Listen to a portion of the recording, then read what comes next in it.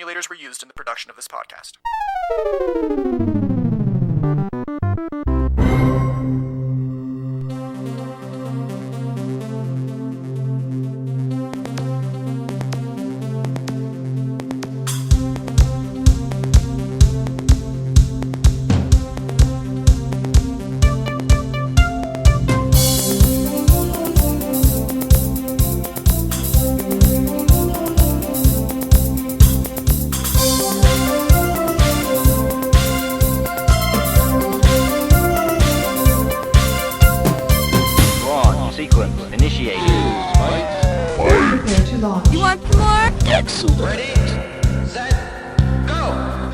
Where did you learn to podcast?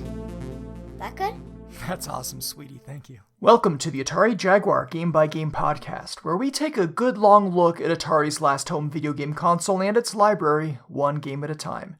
Whether or not you've owned, played, or even like the Jaguar, I'm glad you're here. I'm your host, drawing a blank here. What am I called? I can't seem to, Oh, there's a sticky label here on my brown leather jacket. It says, "Hello, my name is Shinto." That settles that. But it doesn't explain, where I am. It's a jungle. It smells like mildew. And, hostile mutants. I wish I had a, shoulder holster. Neat, and a gun. It's all high-tech looking and stuff. Infinite bullets, too. Always a plus. Now, I should probably look around to see if,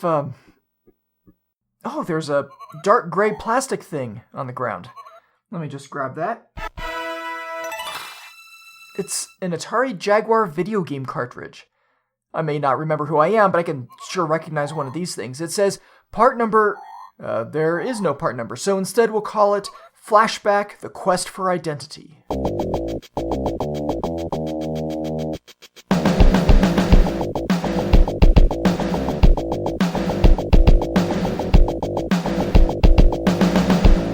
Flashback, The Quest for Identity, hereafter referred to as simply Flashback, is a cinematic puzzle platformer for one player, developed by Delphine Software, ported to the Jaguar by Tiertex Limited, and published by US Gold. It was released in August of 1995 and carries an ESRB rating of K to A, kids to adults. I haven't talked about any of these companies yet on the Atari Jaguar Game by Game podcast, so let's start with Delphine Software. Delphine Software International was a French software developer founded in 1988 as part of the Delphine Group. Delphine, as I understand it, was a music producer at the time, and this new software division was run by Paul de Sonneville and Paul Cuisset. It started out in Paris, within walking distance of the Champs-Élysées, but 13 years later moved to a northern suburb of Paris called Saint-Ouen. Shortly after the move, this division was sold to another company, Doki Denki, where it lived for another couple years before shutting down for good in 2004. Now, Delphine had developed a cinematic point-and-click interface called Cinematique, appropriately enough, and using this engine, they released games like Future Wars, Operation Stealth, also known as 007 James Bond, The Stealth Affair, and also a game called Cruise for a Corpse. These were all well received, but Delphine Software really hit it big in 1991 with a cinematic puzzle platform game called Another World, which is what it was called in Europe and Russia, and it had a different name here in the States, which was Out of This World. That's the name of the game, not a metaphor. Outer World in Japan. What really stuck out about this game was, well, two things. First, it had cutscenes, animations that played before or after certain in-game events. These were drawn with filled polygons, 2D polygons, and they both looked cool and were pretty efficient in terms of storage, far more so than pixel art would have been. The second thing was the lifelike animation of in-game characters, which was accomplished using a technique called rotoscopy. Rotoscopy, put simply, is drawing over filmed people or things. You film something, and then you draw over that frame by frame, so the resulting hand-drawn or computer-drawn animation captures that real-life movement and gives you great fluidity of detail. Another World and or Out of This World, whatever you called it where you lived, you might have seen it on a multitude of platforms, including Amiga, DOS, the Apple II GS, one of the last commercial games, in fact, for the 2GS, the Atari ST, Sega Genesis or Mega Drive, Macintosh, Super Nintendo, Windows, Tapwave Zodiac, the Symbian smartphone platform, and even the Atari Jaguar. The Jag port was produced by Retro Gaming Connection with the blessing of Eric Chailly, adapted for the Jaguar by Sébastien Bryce of The Removers. The first edition of the game shipped November 2013, with a second edition following a couple years later, but those have all since sold out and there are no plans for a third run. There was an official sequel to Another World called Heart of the Alien, but that didn't hit nearly as many platforms. Flashback is a similar game in terms of art style and mechanics, but I'll get into all that later. Delphine Software was also known for the Moto Racer series and Shaq Fu. Shaq Fu 2 sadly never got finished. Tiertex Limited was a UK software developer which started in Manchester in 1987 by Donald Campbell and John Prince. Their first game out the door was a licensed conversion of the Atari arcade game 720 Degrees for the Sinclair ZX81 and ZX Spectrum. This is the first of over 200 games developed by this company, mostly ports, but covering pretty much every video game system and computer you can think of, including Atari systems like the ST computers, the Lynx, and the Jaguar. Lots of titles for big-name companies like Electronic Arts, Disney, Activision, very prolific company. They changed their name slightly to Tiertex Design Studios Limited in 2004, and changed their focus to embedded systems, hardware and software, things like USB development boards and dot matrix displays. The reason for the shift, they said, was because games for modern consoles required huge teams, and that's not really what Tiertex was. So in essence, by switching to embedded systems, they're kind of returning to their roots with assembly language programming and 2D pixel graphics. This is not the last you'll hear from me about Tiertex. Actually, I'll be mentioning them in the very next episode of this podcast, as it turns out. And that brings us to US Gold. Any guesses where this company's from? I'll give you a hint, it's not the US. Jeff Brown founded US Gold in Birmingham, not Birmingham, Alabama in the US, but Birmingham, West Midlands in the UK. The actual part of Birmingham could be Holford or it could be Witton. These are like a half-mile apart, and I have conflicting reports, so I'll just say Birmingham. Unless the Holford in question is actually Holford in West Somerset, which is like a totally different part of England. I don't know, UK geography is not my thing, but I do know that Jeff Brown started this company in 1984, making it older than both Tiertex and Delphine. Delphine Software, at least. US Gold was a publisher specializing in games imported from the US for sale in Europe and the UK. And like Tiertex, US Gold was very prolific. Moby Games lists 353 titles published by US Gold, which is kind of a lot. It wasn't just publishing that they did, they also formed an internal development studio called Silicon Dreams Studio in March of 1994 and acquired another one called Core Design, well known now for the Tomb Raider series. US Gold, Silicon Dreams, Core Design, a distributor called Centersoft, all of these existed under a corporate umbrella called Center Gold, and Center Gold was acquired by Eidos Interactive in April of 1996. Jeff Brown, though, wanted to hang on to Silicon Dreams, so he bought it back a few months later for £500,000, where it lived in a holdings company called, get this, Jeff Brown Holdings. There's a Jaguar connection in all this, because GBH, Jeff Brown Holdings, acquired Attention to Detail in January of 1997, developers of Cybermorph, Battlemorph, and Blue Lightning on the Jaguar. Other acquisitions by GBH include the company's Audio Motion and Pivotal Games. GBH changed its name to Kaboom Studios Limited. Not sure exactly when that was, but the company went into receivership in December of 2003. Its assets sold off. There's no more Jaguar connection here, so I'll stop now.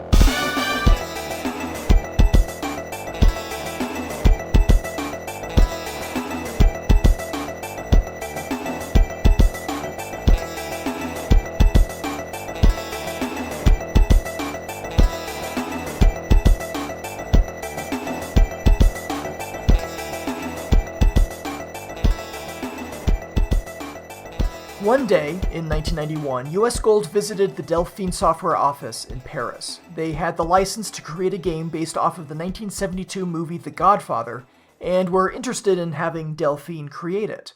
Paul Cuisset's pitch, actually, was not to recreate the movie in video game form, but rather to have it set in the future, And by that I don't mean like the year 2000 future, but a little further out than that. So like The Godfather in space. It wasn't quite what US Gold had in mind. Well, not even close, to tell you the truth, but they allowed Monsieur Cluzet and the team at Delphine Software to continue on, but this would have to be an original title, and not a Godfather game at all. I want no acts of vengeance. Flashback, The Quest for Identity, as it came to be known, was developed with an eye for the Sega Mega Drive, known as the Genesis here in the States. That's not the first platform on which the game was released. Those honors would go to the Amiga, but the Mega Drive was the target. The game was to have a cinematic feel, with cutscenes carrying the story along, and these were painstakingly created frame by frame using a polygon drawing tool. Flashback was not the first game to have cutscenes, of course, and not even the first such game to come out of Delphine Software. Eric Chailly's Another World, as I said, boasted impressive cutscenes and smooth rotoscoped animation like Flashback, and perhaps for these reasons, some people thought that Flashback was the sequel to Another World. There's inspiration there, of course, but Flashback is not a sequel. Another World sequel, as I said, was called Heart of the Alien. Speaking of inspiration, there was also visual inspiration drawn from Jordan Mechner's groundbreaking work with Karateka and Prince of Persia. The smooth, rotoscoped animation in Flashback resulted in over 1,000 frames just for the main character, so Cluzet and Delphine were running into a storage limit with the Mega Drive.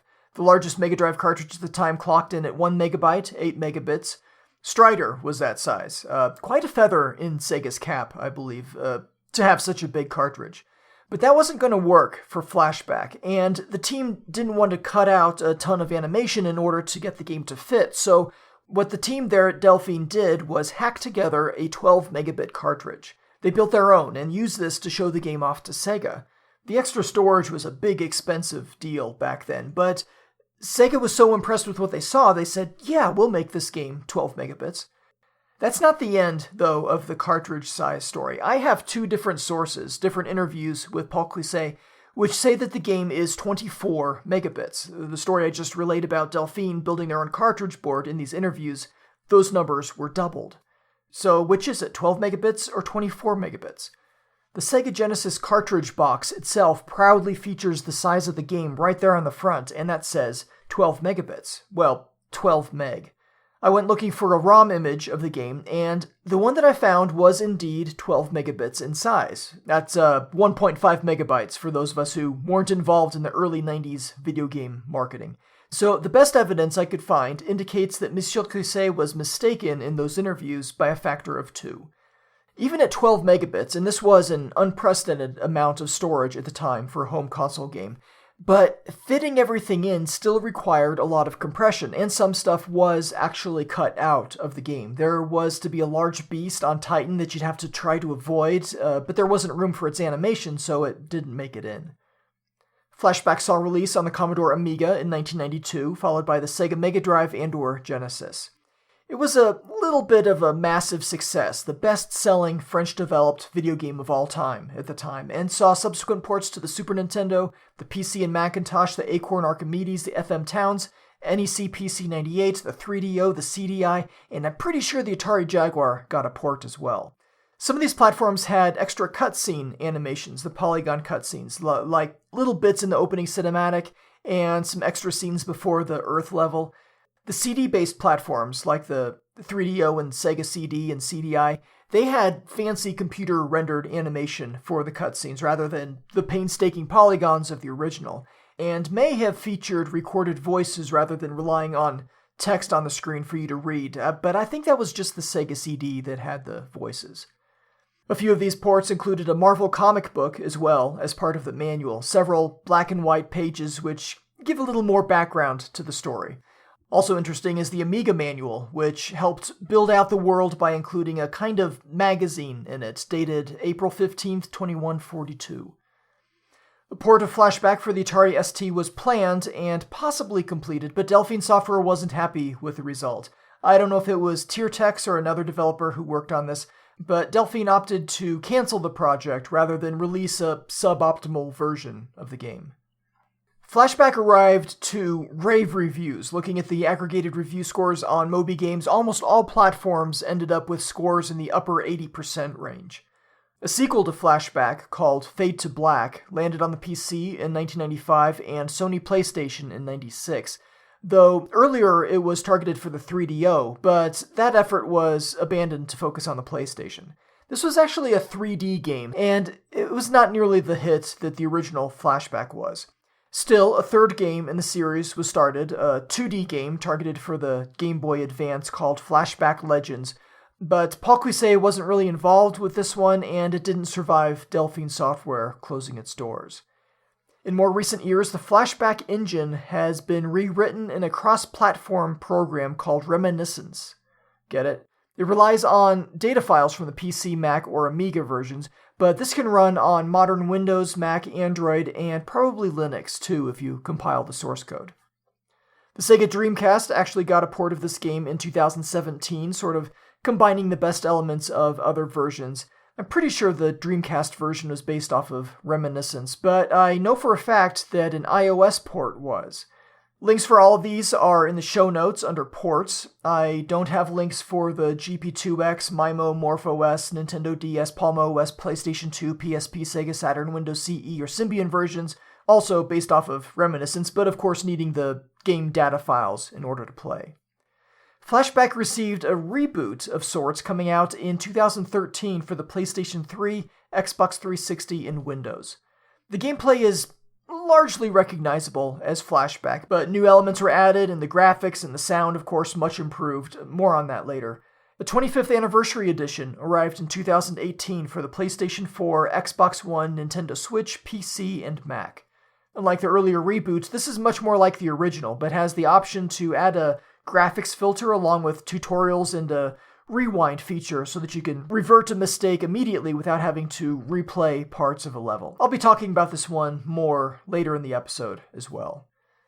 The Dreamcast Junkyard website called Flashback the Doom of platform games, since it had been ported to so many different machines, and yeah, that's kind of a good analogy. I had no idea, actually, that Flashback was so incredibly widespread. Monsieur Cuisset, in an interview with Arethius of the Retro Gaming Connection, thinks that the game was such a milestone because of the cinematic narrative, the emotion in the game. Games at the time, he said, rather lacked emotion, so that really resonated with the players and industry press. The Jaguar port of Flashback was handled by Tiertech's owner and programmer Donald Campbell, who also worked on the Super Nintendo version. Mr. Campbell worked as programmer on a number of games, including Shaq Fu and several Madden NFL titles. Some of his other accomplishments include writing a sound driver for the Sega Master System and Mega Drive consoles, which was used in over a dozen games. He's currently managing director for ProQuant's Estimating Limited, but still maintains a role over there at Tiertech, so that means, technically, he's been with the company he started in one form or another for over 30 years. Atari Explorer Online first reported Flashback coming to the Jaguar in their April 1994 issue, saying that it should be one of the first third-party games available along with Wolfenstein 3D. Flashback was shown off at the European Computer Trade Show in London near the beginning of April 1994, and reporting on the ECTS for Atari Explorer Online was Loic Duval. Here's what he had to say about the game. Picture this in his voice. Also displayed for the first time was Flashback from US Gold, programmed by Tiertech. The game looks exactly like the PC and Genesis version, so we will hope that Tiertech will change the graphics to true color before release. For the moment, Flashback Jaguar looks like an immediate 68,000 port from the Genesis. The game is good with an incredibly smooth animation, but Jaguar players want more than a simple port from a 16-bit platform. Near the end of October 1994, a real-time conference was held on the online service Genie with Bill Raybach, Vice President of Software Business Development for Atari. Here he confirmed that Flashback was targeted for a cartridge, not CD, and was on schedule for release by Christmas. However, the game didn't seem to enter production, actual manufacturing, until 3 months later, March of 1995.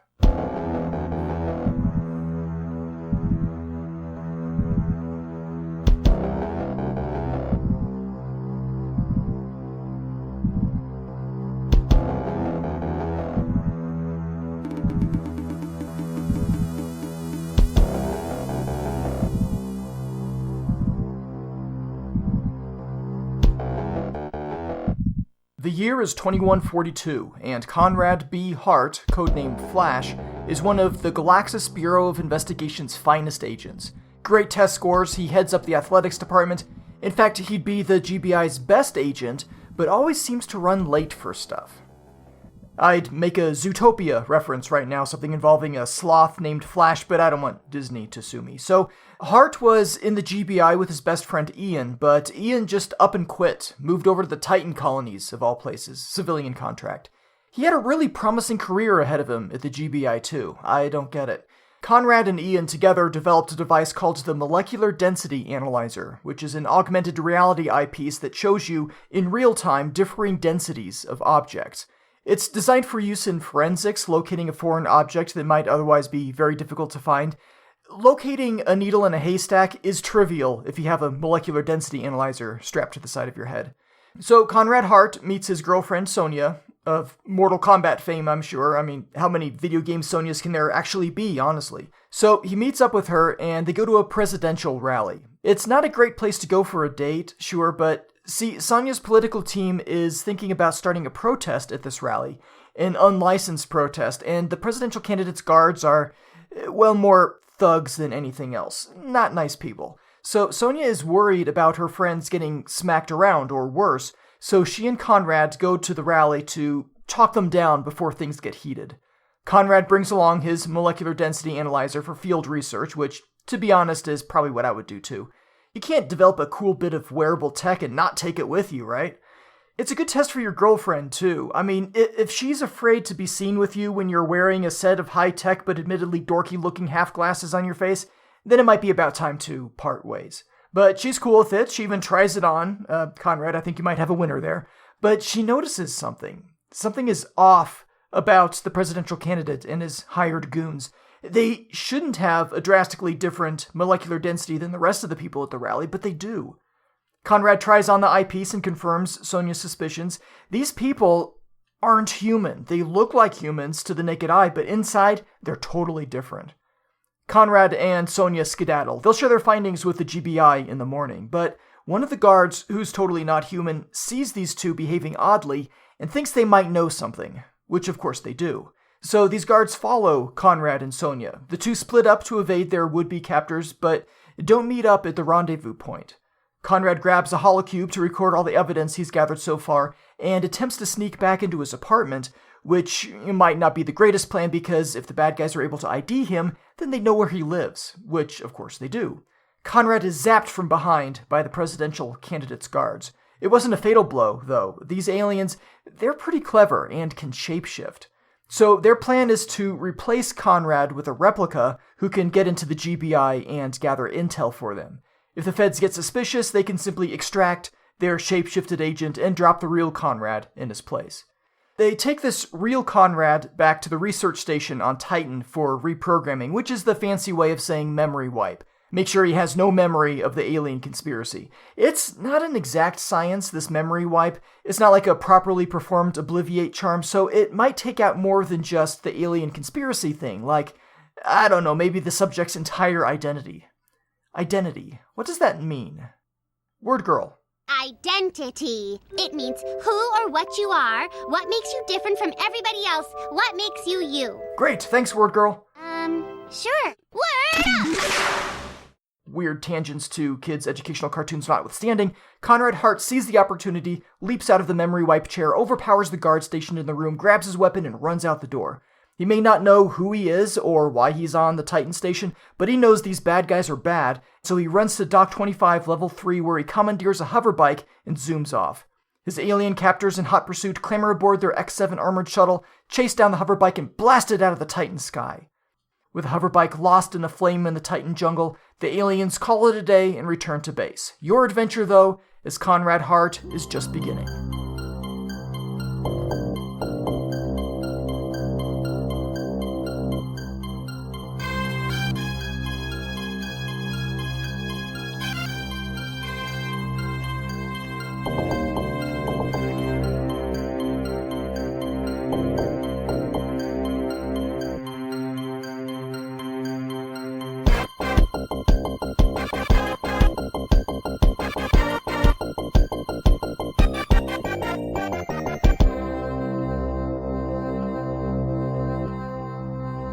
Flashback gives you a side-on view of the action where you control amnesiac GBI agent Conrad B. Hart as he attempts to recover his identity and foil the alien plot to take over the Earth.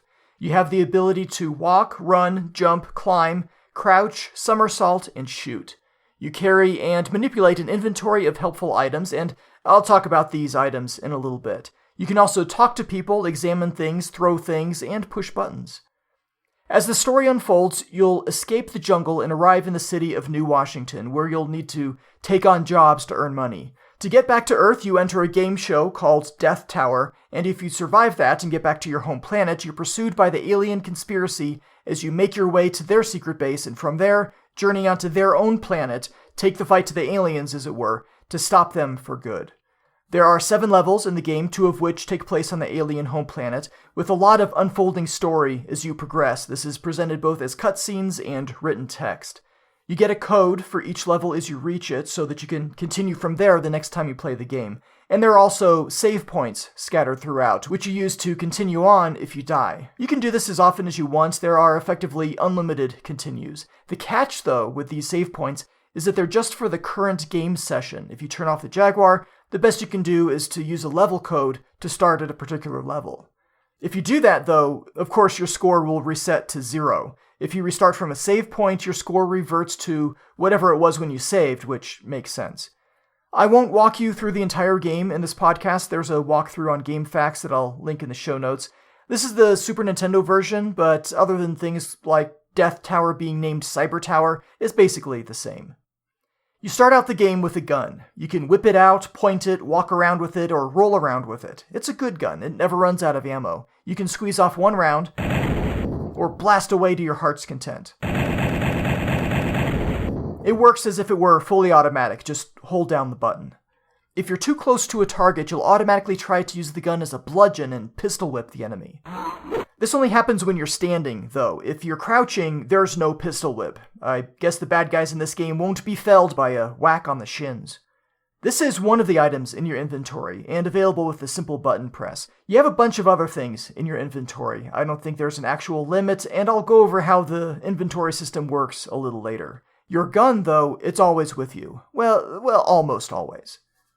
Something that is consistently in your inventory is your shield generator. This is a little cylindrical gadget, small enough to fit in your pocket, but strong enough to stop an enemy attack. 4 enemy attacks, actually, if it's fully charged. And you can recharge it anytime you happen upon an energy generator station, which are scattered like Tesla superchargers throughout the game. If you get hit without any charges left on your shield generator, well, I guess it's bad news for you. And the Earth, and all humans and stuff. So, speaking as a fellow human, and totally not an alien in disguise, please keep your shield charged.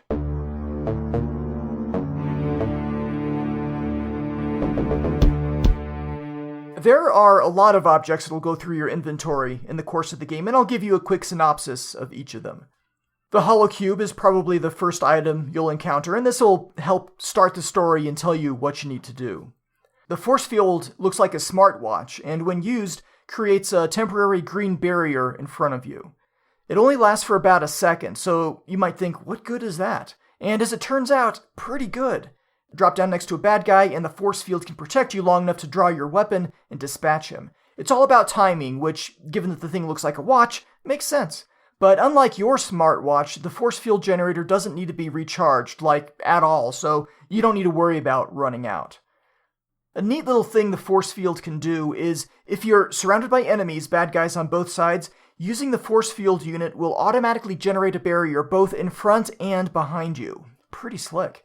You need to keep in mind, though, that the force field is designed to block fast-moving things like weapons fire, but you can still be zapped by a robot or bludgeoned by a pistol whip. Monetary currency in this game is in the form of credits. This is a digital currency stored on a bluish-gray card, kind of the same size and shape as a credit card that you might have in your wallet right now, but thicker, with some lights on it and the label C70 in large letters. I don't know what that means, but you can find these cards laying about. You can transfer funds from them to your own card or to somebody else in the game. You can have credits added to your card wirelessly, and your inventory will show you your current balance. A magnetic cartridge is a blue wedge-shaped device with some lights around the edges. You can use this to transport an energy charge from one place to another, like if you need to activate some mechanism elsewhere. A mechanical mouse is like a wind-up toy that will scurry around on the ground and activate pressure pads for you or distract sentry turrets. There's a variation of the mechanical mouse called the exploding mouse. It differs from its non-exploding cousin in one specific manner, and that difference is as follows. It explodes. It explodes on contact with things like bad guys or guys named Conrad. Hey, that's your name. Funny that. You can pick it up if it's not moving. If it is moving, don't try to pick it up because, There's an ID card. You get the ID card early in the game and carry that with you for a while, though it doesn't actually say Conrad on it. The exploding mouse doesn't care. Keys in the game are transparent rectangular blocks. You use them to open doors or activate platforms. The teleport receiver is a pyramidal object that you can throw. It's most useful when paired with a teleport remote. So throw the receiver somewhere, down a long sheer drop or somewhere clear of danger, and when you activate the teleport remote, you'll disappear, reappearing wherever the remote is. This is really cool, but it can get you into trouble. A careless teleport once left me stranded on the wrong side of a lift platform and no way to lower it. And one time I found a hole in the ground that I didn't want to blindly drop down into, so I threw my teleport receiver down there ahead of me. It's a sound strategy, except as it turns out, this was a bottomless pit. What the Fraggles would call a deep, deep, dark, dark, deep, dark pit. So I pretty much lost my receiver forever, and when I tried to use the remote, I would just reappear right where I was standing. At the time, I did not know about the telereceiver recovery trick. This is so weird that it feels like cheating, but it's mentioned right there in the manual. You can recover your teleport receiver, wherever it is, by placing the remote on the ground. So select the remote in your inventory, crouch down, and press the B button. You'll drop the remote, and when you go to pick it up again, the receiver will be right there, and you'll grab both in rapid-fire succession. It doesn't make a lot of sense, but it totally works. And finally, as if the teleporter wasn't sufficiently high-tech for you, there is one more sophisticated gadget in your arsenal. Stones. And I don't mean a ray gun that can give your enemies kidney stones or gallstones or anything. These are, they're little rocks. You can pick them up and you can throw them. You can use stones to activate pressure pads, trick mutants, or trigger turrets. If the Battle of Endor taught us anything, it's that low-tech sometimes beats high-tech. Also, Ewoks are adorable. You interact with a bunch of different things throughout the game, and... Ewoks. You interact with a bunch of different things throughout the game, and I've put together a partial list of these. First of all, there is a teleporter. This is kind of like the portable teleporter set, but not portable, and not necessarily a set. It'll basically beam you from one place to another. Energy generators are super helpful. I've mentioned these briefly before, but you can use them to recharge your personal shield and magnetic cartridge and smartphone, assuming your smartphone is compatible with the mid-22nd century charging standard. Your smartphone is compatible, isn't it?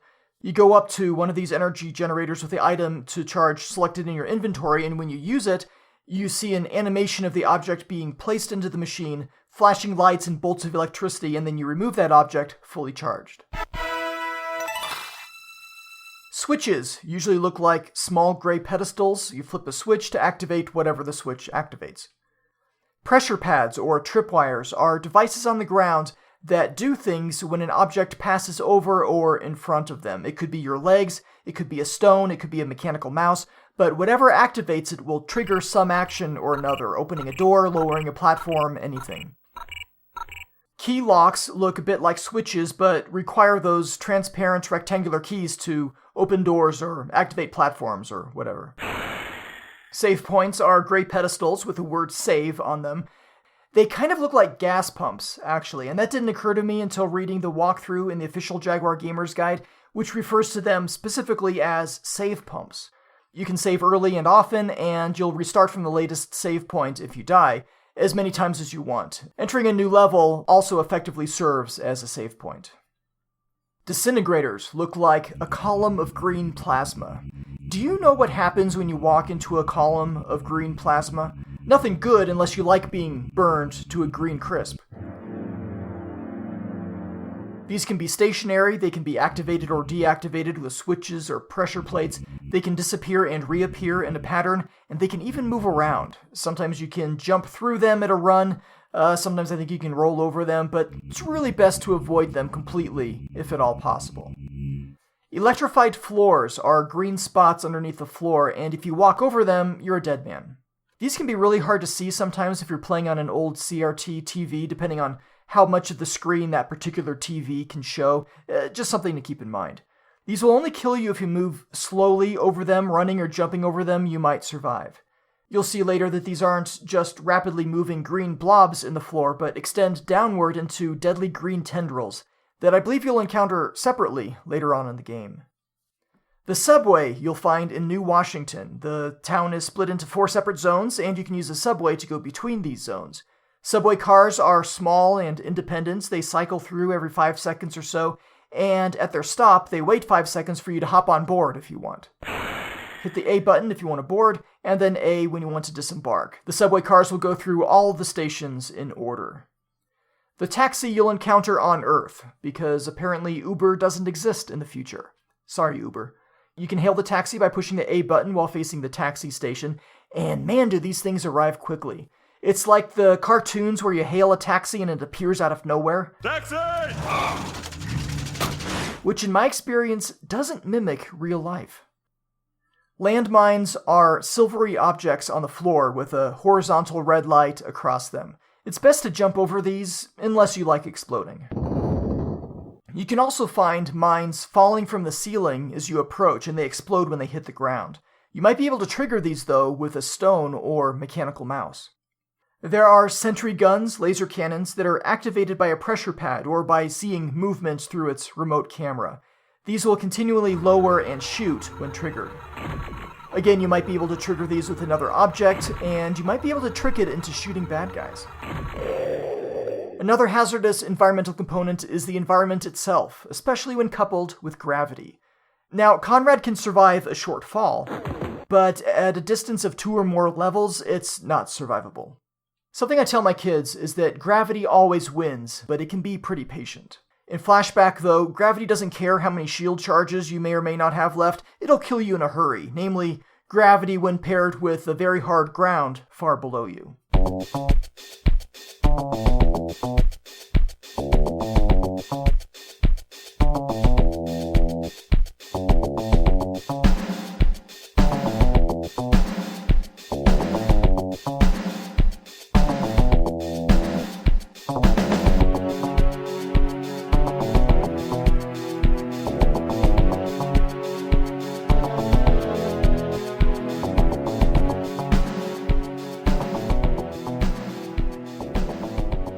I'm going to give you a brief description of the levels and what you might expect to find in them. I won't go through the story any more than I already have because, really, the story is a big part of the game, and this isn't the game. This is just a podcast, so I don't want to spoil it too much. Except the ending. I will talk about the ending separately. Okay, level 1 is Planet Titan. It's called Planet Titan in the manual and on the back of the box for the Sega Genesis version, but many sources say this is actually the Moon Titan orbiting Saturn. Titan, Saturn's Titan, is a fascinating place. It's got a thick atmosphere with surface temperature liquid that rains down from clouds and erodes the land masses in a manner very reminiscent of the Earth. But the liquid on the surface of Titan, it isn't water. It's methane. Liquid methane. Ethane, too, probably. Do you know at which temperature methane is found in a liquid state? I don't know either, but I do know that the surface temperature on Titan is around negative 180 degrees. That's Celsius. If you want Fahrenheit, it's something like 300 degrees below zero, which sounds way worse. What I've just described is entirely unlike the Titan you'll visit in Flashback. This Titan is lush and green with huge plants covering the surface. Plus, Conrad can walk around with only a light jacket. He doesn't even need to zip it up. That doesn't sound much like the Moon Titan to me. The manual for the Amiga port of Flashback makes this even more confusing. Check out this sentence. Saturn is orbited by a large planet that is permanently obscured by the dense atmosphere surrounding it, Titan. You know, the IAU, that's International Astronomical Union, when they redefined what made something a planet, the first two criteria were never really in dispute. It's the third one, the Pluto-killing provision, that got people, myself included, all riled up. But the first criteria in the planet definition is that it orbits a star. Rogue planets aside, this totally makes sense. For the Amiga manual to say, Saturn is orbited by a large planet makes my head hurt. Ugh. So, until I read the Amiga manual, I always assumed that the first stage of Flashback took place on some distant planet, given the manual says Planet Titan and not Titan the Moon. Take Kepler 22b, for example. It's potentially habitable and more than twice the size of the Earth. If I didn't care about overlapping names of Saturnian moons, I think Titan might be a good name for that one. It's pretty darn big for a rocky planet. So, yeah, Planet Titan, not Moon Titan, considering how the setting of the game looks pretty much impossible on the actual moon of Titan. The Amiga manual, and sort of the DOS manual as well, explains this away by saying that there were gigantic domes built on Titan, and a large artificial jungle built up to supply oxygen to the colony. It sort of makes sense, except when you consider Titan only gets a tiny fraction of the sunlight Earth does, something like 1%. It's way out there, and only 1% of that sunlight can make it through the thick, choking atmosphere. So, how could these plants get enough sunlight to grow so big? The most canonical source for whether Titan in this game refers to the moon of Saturn or a distant planet would have been the game itself, right? The game doesn't say Planet Titan, only things like Titan Travel and Titan Space Lines and Titan Senior Advisory Board, so no help there. However, there's a cutscene where you see a ship taking off from the surface of Titan, and off in the background you can see a ringed planet. It's very Saturn-like in appearance. It is, I think, exceedingly improbable for two actual large planets to be this close together in orbit around their host star, so Titan therefore cannot be a planet. It must be a moon. Also, with 22nd century technology, Saturn is a whole lot more attainable than Kepler 22b. So let's say here in Flashback that this is not Planet Titan, but Moon Titan. And we'll accept that there are giant domes or whatever on Titan that somehow host huge, thriving jungles. Also, I'm choosing to ignore how the new CGI cutscenes found on the Sega CD and 3DO and CDI ports pretty conclusively show that Titan is not a moon of Saturn. But I've spent far more time on this pedantic rabbit hole than I actually will describing the level, so yeah, let's actually describe this level. You're on the surface of Titan, whatever that is, and here in the jungles you'll encounter mutants, tall hooded guys with large rifles. They'll fire relentlessly when they see you, but they go down pretty easily. They can dish it out, but they can't take it. In the skill levels above easy, you'll also see robots wandering the surface. They can't be shot until they extend their little zappy arm, and if they blow up next to you, it'll hurt. This level gets you used to the play mechanics in the game, leaping, climbing, solving little puzzles, avoiding hazards, learning how to use the energy generator. It's a good introduction, and pretty easy on the eyes. Below the jungle canopy is the city of New Washington. You might technically be in the future, but New Washington isn't some glamorous, gleaming city. It looks like a run-down, industrial armpit. It's got a pretty efficient subway system, though. In New Washington, you'll fight corrupt police officers who are much tougher than the mutants since they have jetpacks and shields. You really need to get off this planet and or moon, so you'll need to take on a few jobs to earn enough money to gain access to Earth. Not enough to pay for the actual ticket. No, those tickets are expensive. I just checked Travelocity.com, and they don't even list ticket prices for New Washington to Earth. That's how expensive they are. No, the only way to get to Earth is to win your way there by competing in a televised game show called Death Tower. This is a beautiful high-tech level with transparent walls and ledges and a whole lot of bad guys, replicants, with the annoying ability to fade out of reality, run behind you, and fade back in. You start at the bottom of the tower on level 8, and you need to work your way up to level 1. The tower is circular, meaning the levels wrap around. You can keep going in one direction and arrive back where you started. There are a lot of landmines here and irritating flying robots, kind of like the sparring remote that Luke used on board the Millennium Falcon on the way to Alderaan, but much more irritating. You probably saw these guys back in New Washington, too. Assuming you complete Death Tower, you arrive on Earth and work your way to Club Paradise, a venue so exclusive that the only way in is to break in. The entrance to the secret base is through here, and it's one of the more challenging parts of the game, so brace yourself. Assuming you make it through, you stumble upon the alien secret base, where you learn some of their sinister plans. Inside the secret base, there's some tricky platforming action, but it's not as big as the previous level. At the end, you face your most formidable opponent, an alien morph. See, these aliens can take the form of other things, even an amorphous glob of blue-gray goop that can move around floors, walls, ceilings. They'll slosh around, attain humanoid form to take a few shots at you, and then make themselves goo-like again, where you can't hurt them. They take multiple shots to destroy, 6 I think, it depends on the skill level, and then they disappear in a wisp of smoke. So if your strategy so far has been to just blast away at the enemy until it's gone, you'll need more nuance here. Ultimately, you find your way to the Morph's home planet. This place has an exotic, organic feel with blues and purples and greens, all globby and slimy looking, but you'll still have energy generators and elevators here too. And if you hated fighting the morph at the end of the last level, just wait, now you get to fight a lot of them. More than one at a time, too. If you thought one was bad, try 3. Ugh. You spend 2 levels on the planet of the morphs. I'm assuming it's a planet, not a moon. But here you can learn the secret for defeating them, and gain the necessary equipment to make it happen. But I can't in good conscience describe the ending without first doing this. Bishop, activate spoiler alert. Spoiler alert. Spoiler alert. If you wish to avoid spoilers, skip ahead 2 minutes 55 seconds on my mark. 3, 2, 1, mark. On one particular screen, an inner voice will interrupt your thoughts. That voice says, "Trust me, son. Put the atomic charge here and flee as soon as it reaches the planet's core." So you place the atomic charge down, back away, and hit a switch. The ground drops down, way down, and you need to run like heck to get off of that planet before it blows. Hopefully you prepared a shortcut for yourself.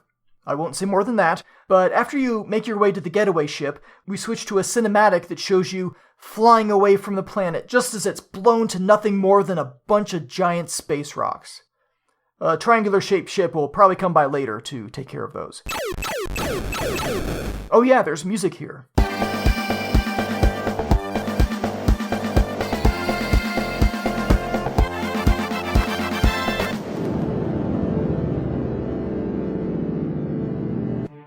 We see the ship with the text below it reading, "That's my story, just the way I lived it."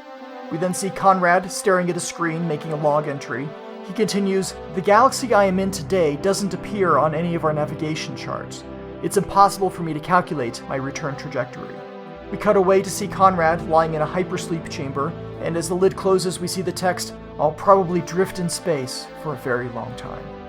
An exterior view of the window scales back to reveal the whole ship adrift in the black, and then white text spelling out "The End" drops in.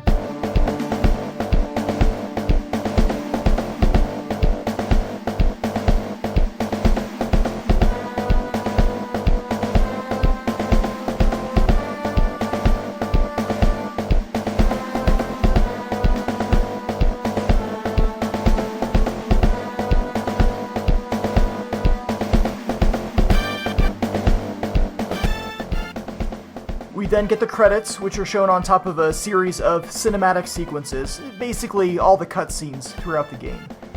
The victory music continues looping around as the credits proceed, and after the credits, we're returned to the title screen.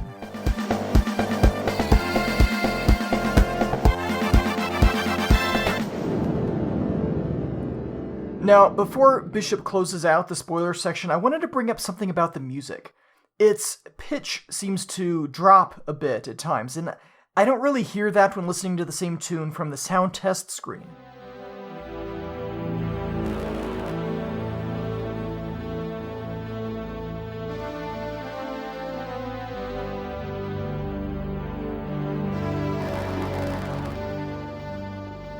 kind of weird. I don't get that.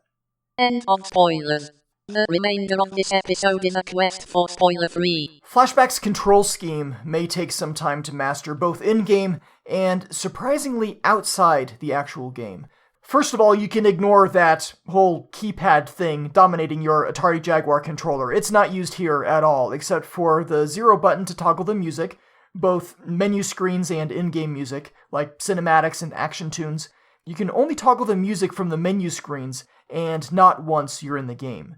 The star and hash buttons held together will reset the game, and you can also reset cartridge memory to defaults by holding star, option, and hash from the options screen. As far as I can tell, the only thing stored to cartridge is the preferred controller layout. Volume levels, other preferences, music on or off, those aren't stored to the cartridge and are lost as soon as your Atari Jaguar is powered off. And of course, like the other ports of Flashback, there are no actual game saves here, there's the password system instead. High scores aren't saved to cartridge either, and they're kind of hidden in the game too. More on that later. So, in the game, the C button will either draw or holster your weapon. If you're simply standing there, push C, and Conrad will draw his sidearm and point it in the direction he's facing. Pushing C again will take him out of his firing stance and put the gun away.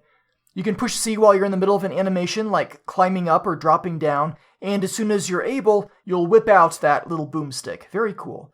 The B button will use the currently selected inventory item. If it's a throwable item like a stone or teleport receiver, this means throwing it. If your force field smartwatch is activated, it'll fire that up, and if you got a mechanical mouse, well, you need to crouch down first in order to let that go.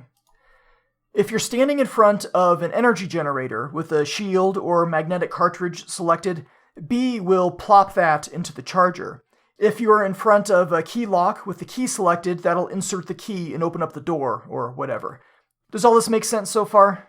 Good, because it's about to get a little crazy when we talk about the A button. If your gun is drawn, A will shoot. Hold it down to continue shooting. If your gun is not drawn, pressing A will do nothing on its own, but all sorts of things depending on context. If you're in an elevator, hold A and push up or down on the D-pad to go up or down the elevator. If you're in front of a switch, pushing A will flip that switch. If you're in front of a person, pressing A will talk to that person, and while talking, pressing A will page through the conversation. If you are in front of a subway car, pressing A will hop in or climb off. If you're in front of a taxi stand, pressing A will summon the taxi. Now, whether or not A will do anything and what it'll do actually gets an on-screen indicator, which is helpful. This is in the top left corner of the screen, so you'll see something appear there if the A button can do that thing. That's not so hard. Oh, I'm not done yet. When you're not in front of or behind any context-aware object, press A and up on the D-pad to leap in the direction you're facing. The jumping distance is based off of what actual humans can do, on Earth I'm assuming, so there isn't some unrealistic fighting game physics or anything going on here. Press A and forward to start running in that direction. You'll continue running until you let go of A, smack into something, or fall down. If you press up while running, you'll do a running leap, arms flailing. If there's a platform edge above you and you're running, you will automatically jump up to grab it. It can be a little disconcerting at first. You're running toward a giant hole in the ground with a little platform above it, and you don't touch the D-pad or anything, you just keep holding A, and Conrad will automatically make that death-defying leap to the upper platform. If you keep holding A, you'll dangle from that platform. If you let go of A, you'll drop, and if you push up on the D-pad while holding A, Conrad will climb up to a standing position. If you're on a ledge, you can hold A and push down on the D-pad to climb down, dangling there until you let go of A to drop. Without the A button, the D-pad will do fairly predictable things. Forward to walk in that direction, backward to about face. You walk in fixed intervals, which is helpful for lining up with the ledge that you need to jump up and grab, which you do by pushing up on the D-pad. Conrad will jump straight up, again at a realistic human jumping height, and if he's positioned correctly, he'll grab hold of the ledge, and you can push up again to climb. Press down to crouch. While you're crouched, you can push left or right on the D-pad to roll in that direction. You'll do a little somersault. It's important to really crouch first. If you just, from a standing position, hit down at an angle, that's not going to work. That's not how Conrad rolls. I see what you did there. Yeah, pretty, It was pretty bad. Oh. Movement with your weapon drawn is a little different. If Conrad is facing to one side, gun pointing, then pushing the D-pad in the direction he's facing will turn him 90 degrees, gun pointing up. His body is positioned facing the screen, but his head is turned, looking to that same side.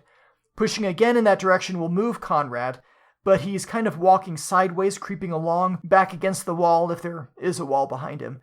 Pressing A again will point the gun in that direction. And pressing A again while pointing will fire. If you push the direction opposite from where Conrad is pointing his gun, he will about face and point the other way. If he's not pointing, if he's doing his stealthy sidestep thing, pushing the opposite direction will cause him to shift. He'll swap the gun to his opposite hand. That's right, Conrad is ambidextrous, and you can then continue moving in that new direction.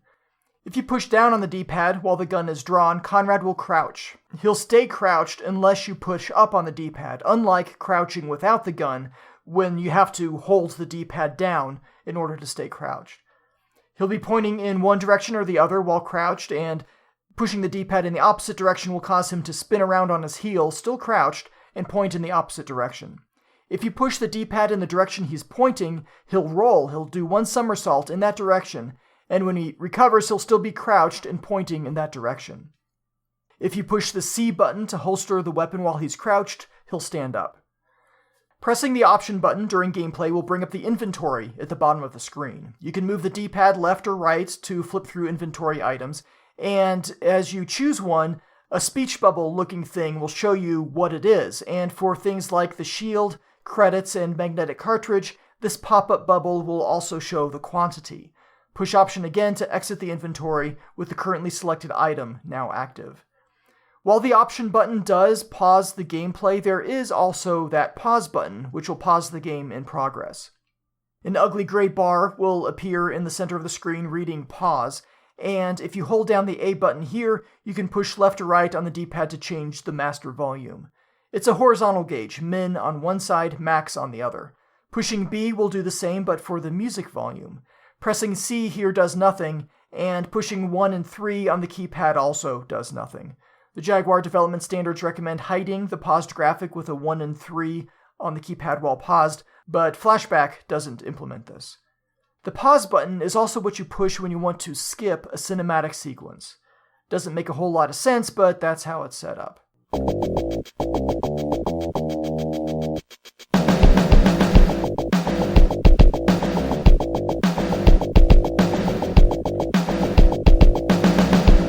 Upon booting up Flashback on your Atari Jaguar 64-bit interactive multimedia system, after the spinning cube thing, you get the music that I just played. While this little ditty's going on a black screen, you'll see the words Delphine and then Software appear in white, and then the word International appears below that in yellow, with kind of a purplish silhouette of a film movie camera behind everything. The word And appears in green, and the name US Gold scales in below it, also white like Delphine Software. And depending on your TV, you may or may not see the faint green word Present below US Gold. After a second or two, we cut to the opening cinematic. Seeing Conrad on the run, fleeing 2 trench coat-wearing pursuers, he hops on a hoverbike, they hop in their shuttle, and after a brief chase, they shoot Conrad down over the Titan jungle, do a quick scan, then fly off.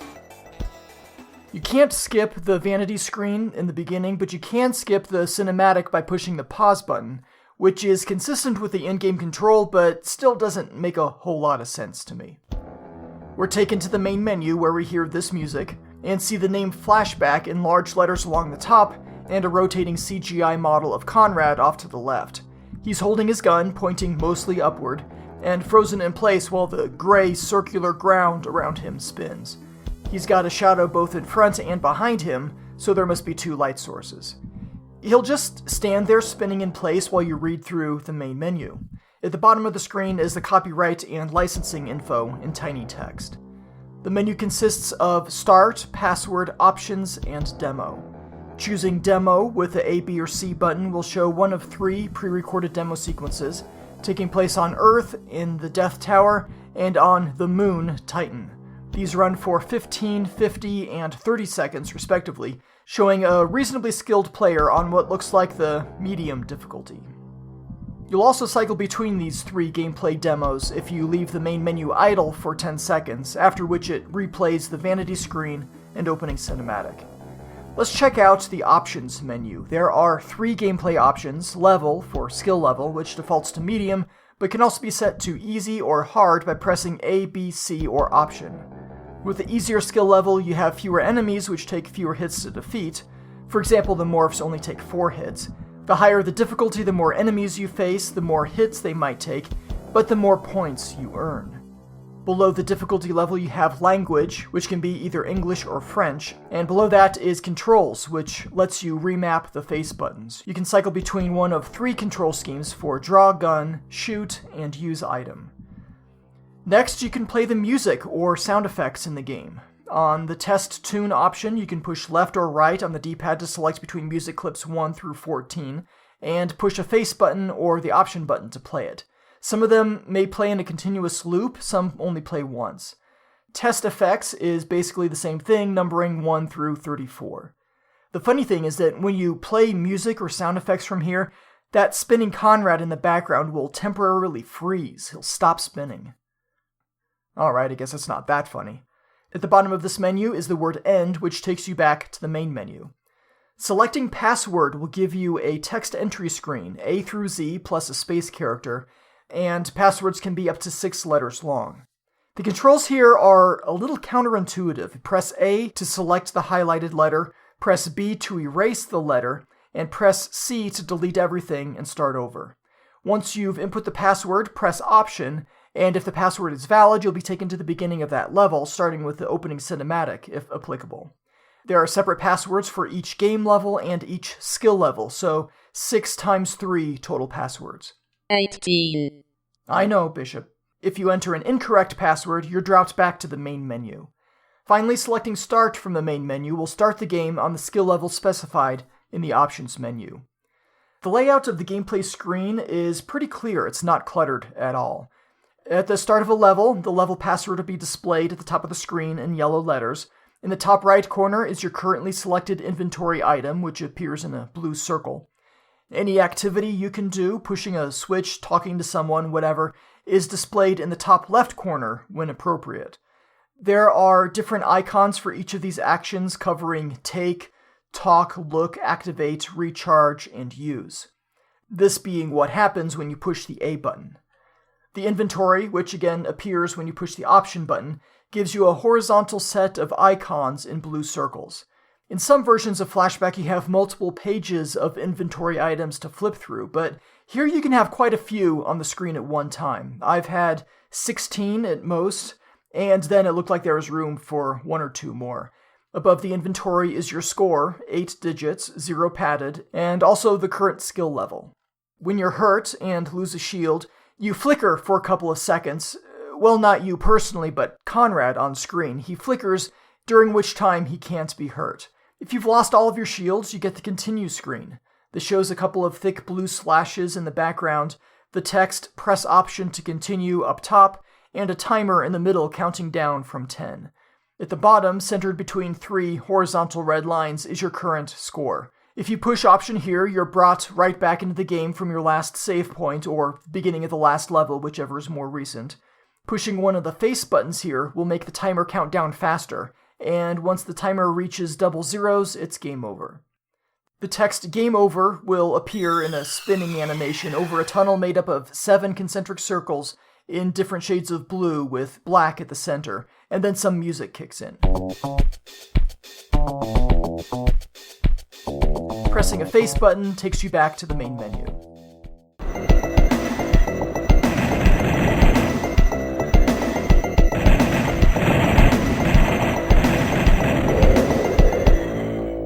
You view the game from a side-on perspective. It's not quite perpendicular, but shifted slightly left of center. The characters, though, they're pretty much perpendicular.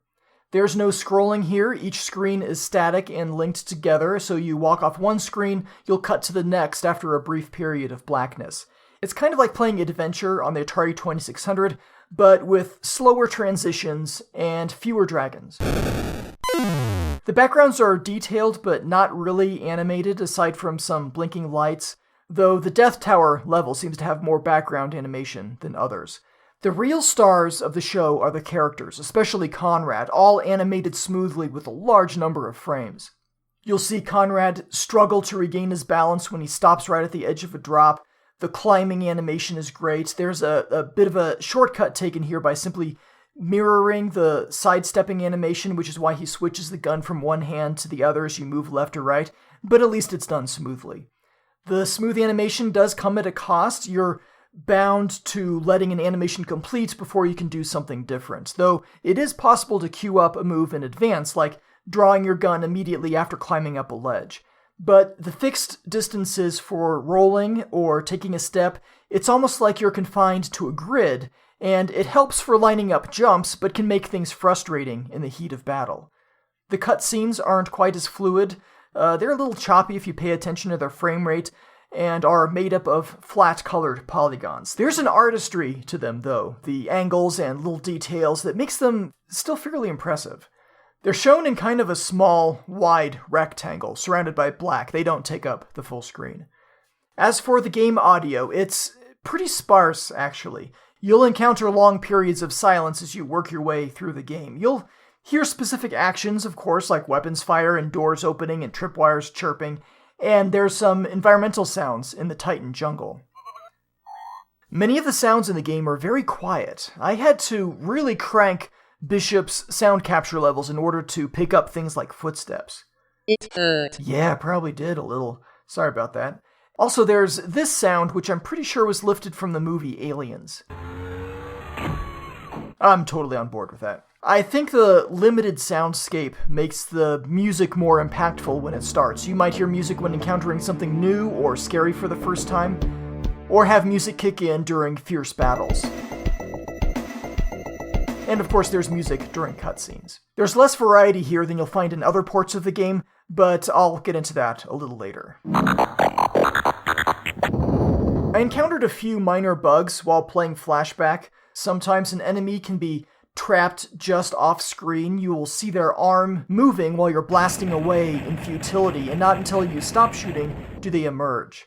Cutscenes will sometimes end prematurely before the music can finish. I had problems paging through conversational text with the A button. I would hit A once, but 2 pages of dialogue would be triggered, so I'd miss part of the conversation. And if you listen through the spoiler alert, you heard me talk about the weird music pitch changes there. For cheat codes, there are level codes available on Atari Age and elsewhere. These would be codes to access each game level and on each difficulty level. All 18 of them, as Bishop pointed out. I'll of course include a link in the show notes. I do, however, have a whole new cheat code to share with you. This is very exciting. I found this while digging through a ROM dump of the game, and I couldn't find any mention of it elsewhere on the internet. So this could be podcast exclusive info, which I think impresses me more than it impresses Bishop. Yay. See what I mean? Okay, you can view the ending cinematic of the game by entering the code ZULU, Z-U-L-U, in the password entry screen. You can also use the word Corlen, C-O-R-L-E-N, and it'll do the same thing. I didn't see any difference between the two. Other ports of Flashback have codes to view the ending, but the Jaguar's codes, as far as I can tell, were unknown until just now, so yay! Hooray! I'm useful! I'm having a wonderful time! Flashback had 3 different box art styles depending on the platform and region, and in my opinion, the Jaguar got the best of the 3. It has a very movie poster kind of vibe, the futuristic Earth skyline along the bottom, parts of it aflame. In the center is a blue-tinged, semi-transparent head and shoulders. Really looks like the photo of an actor playing Conrad wearing the molecular density analyzer. And there are planets and spacecraft and stuff overhead. As I said, very cinematic, just like the game. The front of the Jaguar box has this artwork with black along the left and bottom edge. The bottom left corner features a red-framed screenshot showing Conrad leaping from left to right on the Titan level, 7 separate pictures of him showing off the animation. Being a third-party release, we have the Jaguar hologram sticker on the front of the box, and the older-style Jaguar logo in the bottom right. The ESRB logo is shown in the bottom right corner of the artwork. The back of the box shows a purplish nebula across the entire face. There's one screenshot near the top left, Conrad on Titan, and 3 more along the bottom, showing Conrad in the Asia subway terminal on New Washington, on Earth shooting at a shielded cop, and a cinematic showing Conrad in the memory reimplantation chair, whatever it's called. There's a lot of text on the back in a white font, just one language, and here's what it reads. You're Conrad B. Hart, Scholaxis Bureau of Investigation agent, and right now you're stranded on a faraway planet after discovering an alien plot to overtake Earth. You must travel and find your way through 4 deadly planets back to Earth and foil the alien's sinister and deadly plans. The award-winning sci-fi action-adventure comes to Jaguar, and it's going to rip you right out of your comfortable little century and hurl you smack into a time and place that'll have you begging for a nap. There's a quote from EGM's 1994 Video Game Buyer's Guide, which reads, an incredible gaming experience that breaks new ground in the areas of action and adventure. There are some bullet points here as well. Film-style, fluid, 24 frames per second animation and gives lifelike movements to this wild action game. That's what it says. Animation and gives lifelike movements. The and doesn't work here. Anyway, you star as Super Agent Conrad Hart, stranded on a faraway planet after you discover an alien plot to overtake Earth. Again with a mention of a planet. What is Titan? People tell me, what is Titan? 7 challenging and intriguing levels of action that never let up. 6 graphically detailed sectors. The Atari logo is centered at the bottom of the box. There's a description of the ESRB rating, which says realistic violence, and then there's a lot of boring copyright text in the bottom left corner. The cartridge label uses this purple nebula background, has the US Gold and Delphine Software logos above the Flashback logo, and the text, The Quest for Identity. So in essence it reads, US Gold and Delphine Software International present Flashback, The Quest for Identity. The copyright and licensing text is in the bottom left corner, and Jaguar logo in the bottom right. The cartridge looks just like any other Jaguar cart, though like the other third-party releases, there's no Atari logo embossed on the back. The manual is a single-language stapled monochrome booklet with 20 numbered pages. It makes this sound when you shake it and contains all the basics, including a few screenshots that seem to show mocked-up menus, and one screenshot in the section that describes the inventory amusingly has the actual inventory cropped off so that you can't see it. You see icons for all of the verbs, the actions that you can perform with certain objects with the A button, and also pictures of most of the items you can pick up, but not all of them. There are some level descriptions and hints, as well as some general tips. These general tips are: before starting your quest, pick up the holocube and read the information. Get information from people you talk to. Search the screen for objects which may not be obvious at first glance. Keep an eye on your shields. You may be closer to death than you think. And finally, save the game regularly. There are also a couple of pages of specific tips in a Q&A sort of format, how to get past certain sticking points that might not be obvious, covering all the way from the beginning of New Washington to the end of the game. You may find these handy if you're stuck and can't figure out what to do.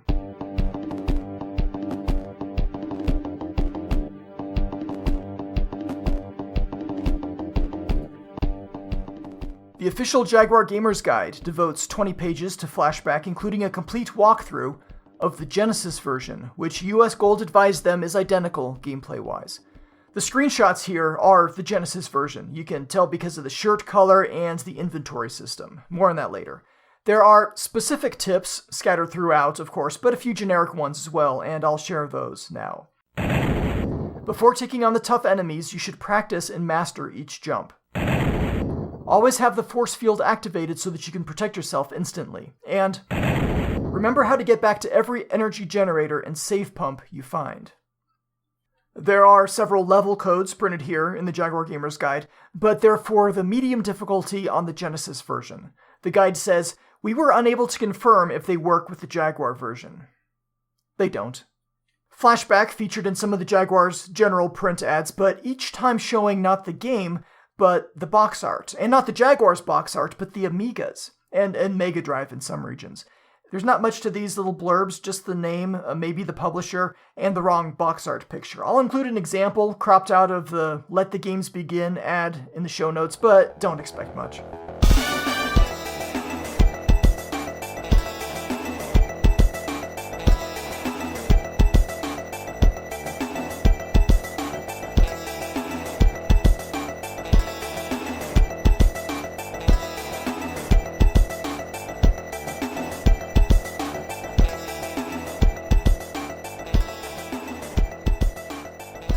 Reviews of Flashback on the Atari Jaguar are generally positive, but somewhat less so than other platforms. We'll start by taking a quick look at a couple previews of Flashback, the first coming from ST Format Magazine, June 1994. It says that, in regards to the animation, the extra vim and verve of the Jaguar really shows it off. The graphics are actually smaller than the other versions, but none of the detail has been lost. The effect is to make the colors seem richer and the animation more fluid. It also says that the Jaguar game makes the SNES version look ill. It really does. 256 colors? Pah. That's pretty far from release, June 94. So let's take a look at GamePro magazine, January 1995, which has a preview for Flashback combining both the Jaguar and the 3DO. This one mentions enhanced graphics and all new cinematic sequences, and while the former is questionable, the latter only appeared on the 3DO, not the Jaguar, so the preview's a bit misleading here. What's not misleading is the actual review from GamePro 3 months later, which says, US Gold didn't enhance Flashback in its move to the Jaguar, but the game's dark mood and sharp animation make this classic as enjoyable as ever. On a scale of 1 to 5, the reviewer gives graphics 4, sound 4, control 3.5, and fun factor 4.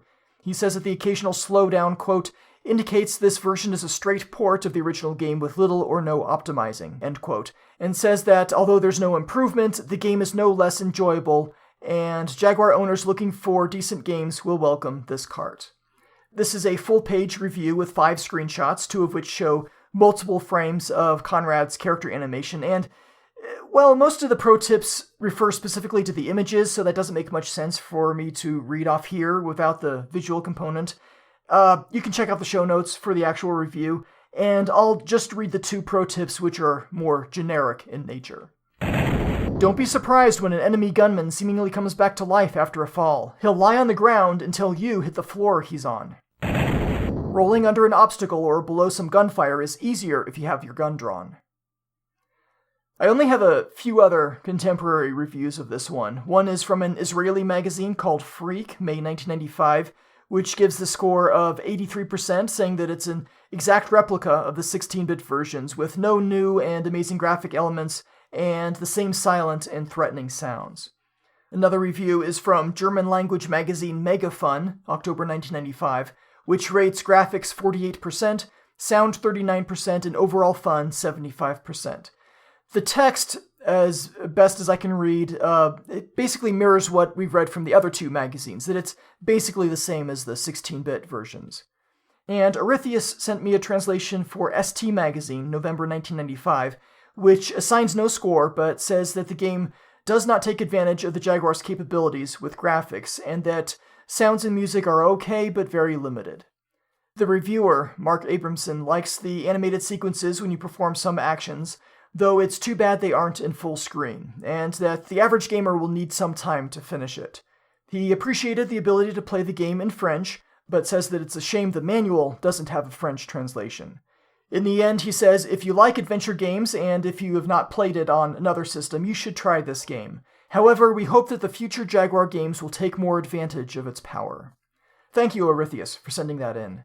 Atari Explorer Online reviewed Flashback for the Jaguar in their September 1995 issue, John Hardy doing the honors here, and he covers the basic story and the different stages, inventory items, and other objects, and environmental hazards. He posits that the cinema sequences were ported over from the 16-bit versions and aren't up to par with what the Jaguar can do.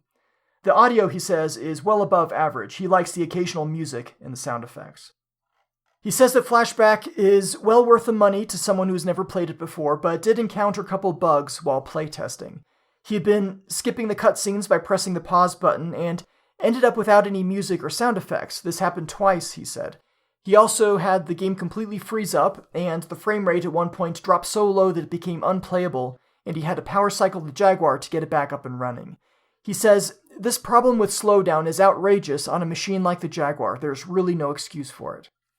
As for ratings, on a scale of 1 to 5, Mr. Hardy gives Flashback a 3 for graphics, 3 for audio, 4 for control.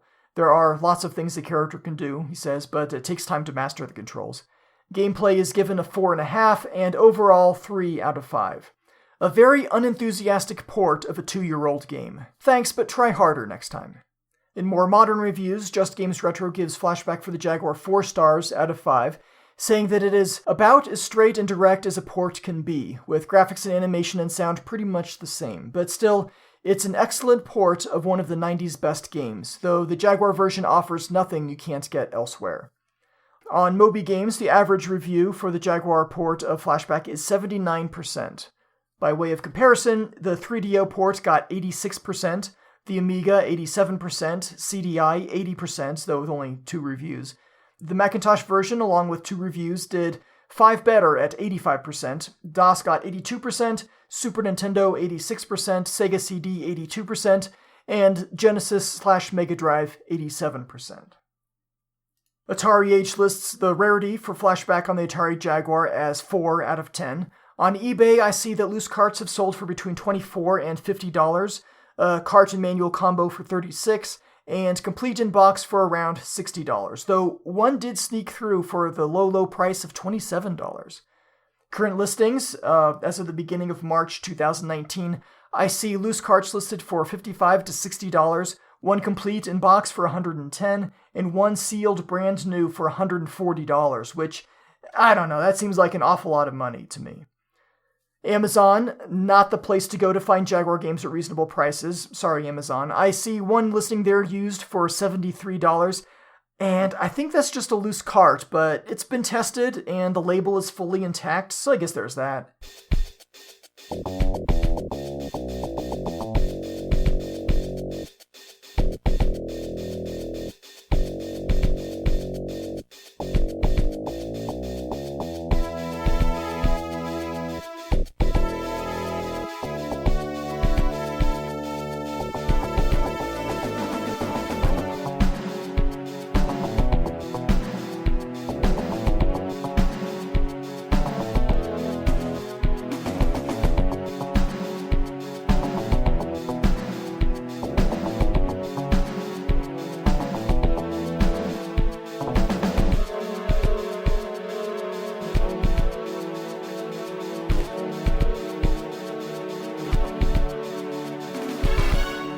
The funny thing about Flashback is that even though it's been ported darn near everywhere, each version differs in many subtle ways.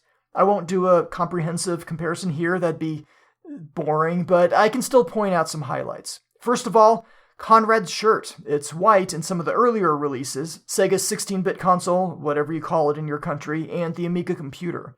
Sega CD also had the white shirt. Other platforms, including the Jaguar, show a red shirt, though in some, if not all, cinematics, it may be white. Speaking of cinematics, some ports of the game had extended cutscenes, extra bits mixed in. This includes ports for DOS, the FM Towns, the Macintosh, and the Acorn Archimedes. CD-based platforms like the 3DO, CDI, Windows, and Sega CD, they all got new CGI cutscenes, though, the quality on the Sega CD isn't up to par with the others. It's pretty grainy. However, the Sega CD port has something else that the others lack. Background music in the levels. Voice, too. Here's some jungle background from the Sega CD.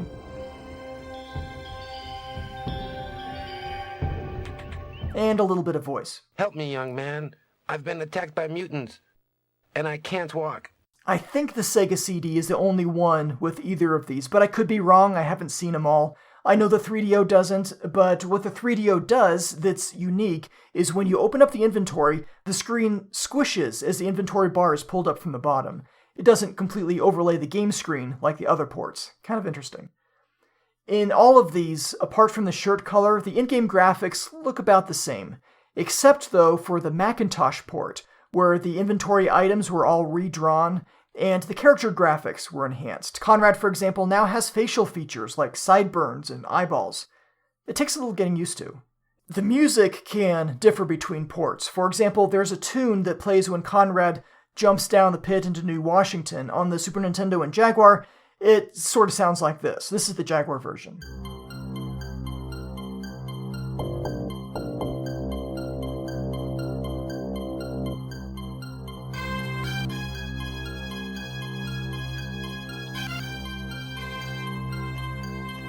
But on the Sega Genesis, it's totally different.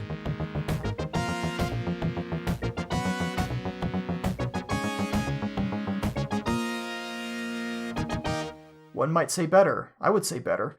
On the Genesis, in the opening cinematic, when Conrad's hoverbike is shot down, the music will end abruptly.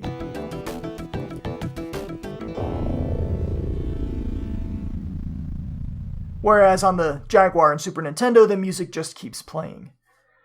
There are some sound effects that differ. The Super Nintendo has a louder shooting sound.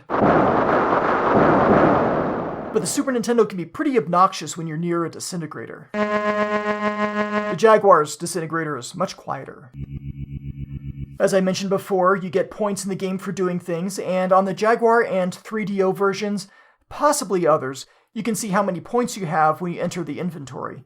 In other ports, like the Genesis, Sega CD, Super Nintendo, DOS, maybe more, you only see how many points you have when you die. Harsh.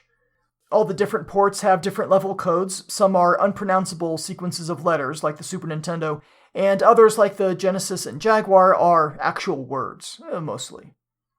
The Jaguar version does seem to be sharper and cleaner than most of the other ports, this according to a comparison video I found on YouTube, which includes the best quality footage they could provide from actual consoles. I'll link to that in the show notes. One more platform, the CDI, is said to have fewer frames of animation, and it's oddly letterboxed on the left and right sides by a level-dependent graphic. The aspect ratio of the game may differ. The Amiga and Archimedes seem squished horizontally, so everybody's skinnier. Other platforms like the Jaguar and 3DO tend to fill up the full screen with no letterboxing. Even if these are stretched a bit, I still think they look fine. In 2013, Flashback received a remake developed by VectorCell and published by Ubisoft for the PlayStation 3, Xbox 360, and Windows. This one features all new graphics and artwork, new cutscenes, voice acting, and several enhanced game modes like 360-degree aiming, a new hoverbike mission, some RPG elements where experience points improve Conrad's abilities, and, of course, achievements. I tried this out on the PlayStation 3. There's a free demo I could download, and yeah, it's definitely Flashback, but loaded with modern game elements that would make a purist cringe. There's much more of a heads-up display. You can see your health all the time, your shield level, a mini-map with basic directions on where you need to go for your next objective, indicators telling you when you can jump up to the ledge above you, stuff like that. You can turn much of it off, though, if you want. There are automatic checkpoints. The levels are similar but different. You can power up your gun. There are separate buttons for rolling, bludgeoning, shooting, throwing. I didn't encounter any mutants on Titan, just a bunch of flying robots. The disintegrator and long falls will hurt rather than insta-kill. And of course, there's a lot more voice and vibrant, active graphics. The voice acting is pretty lame, but still from what I've heard, it's a step up from the Sega CD and other similar ports. Some critter ran off with my teleporter. Please, help me out. You gotta get it back for me. I need urgent medical assistance here. Oh, also, the cutscenes from this version of the game seem to confirm the Moon Titan hypothesis with biosphere domes rather than some separate planet called Titan. Unless that one also has biosphere domes, I don't know. Last year, 2018, there was a 25th anniversary release for the PlayStation 4, Xbox One, and Nintendo Switch. Windows and Mac, too, through Steam. This is much more like the original version than the 2013 remake. I read one place that it's based off of the Super Nintendo version. I can neither confirm nor deny that. But you can play it in classic mode, much like on the Super Nintendo, or a modern mode where there's some graphics filtering, smoothing to make it look cleaner and less pixelated. This also has remastered sound and music, a tutorial mode, and perhaps most interestingly, a rewind feature where if you die, you can rewind the action and try again, the extent of which depends on the difficulty level you're playing.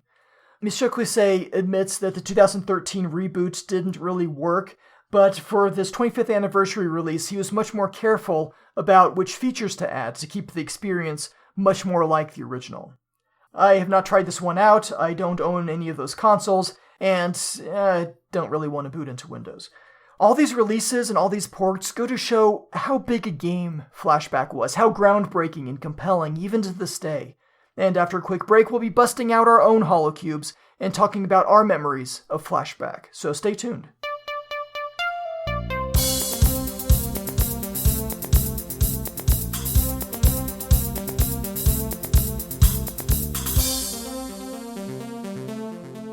I had this friend in high school.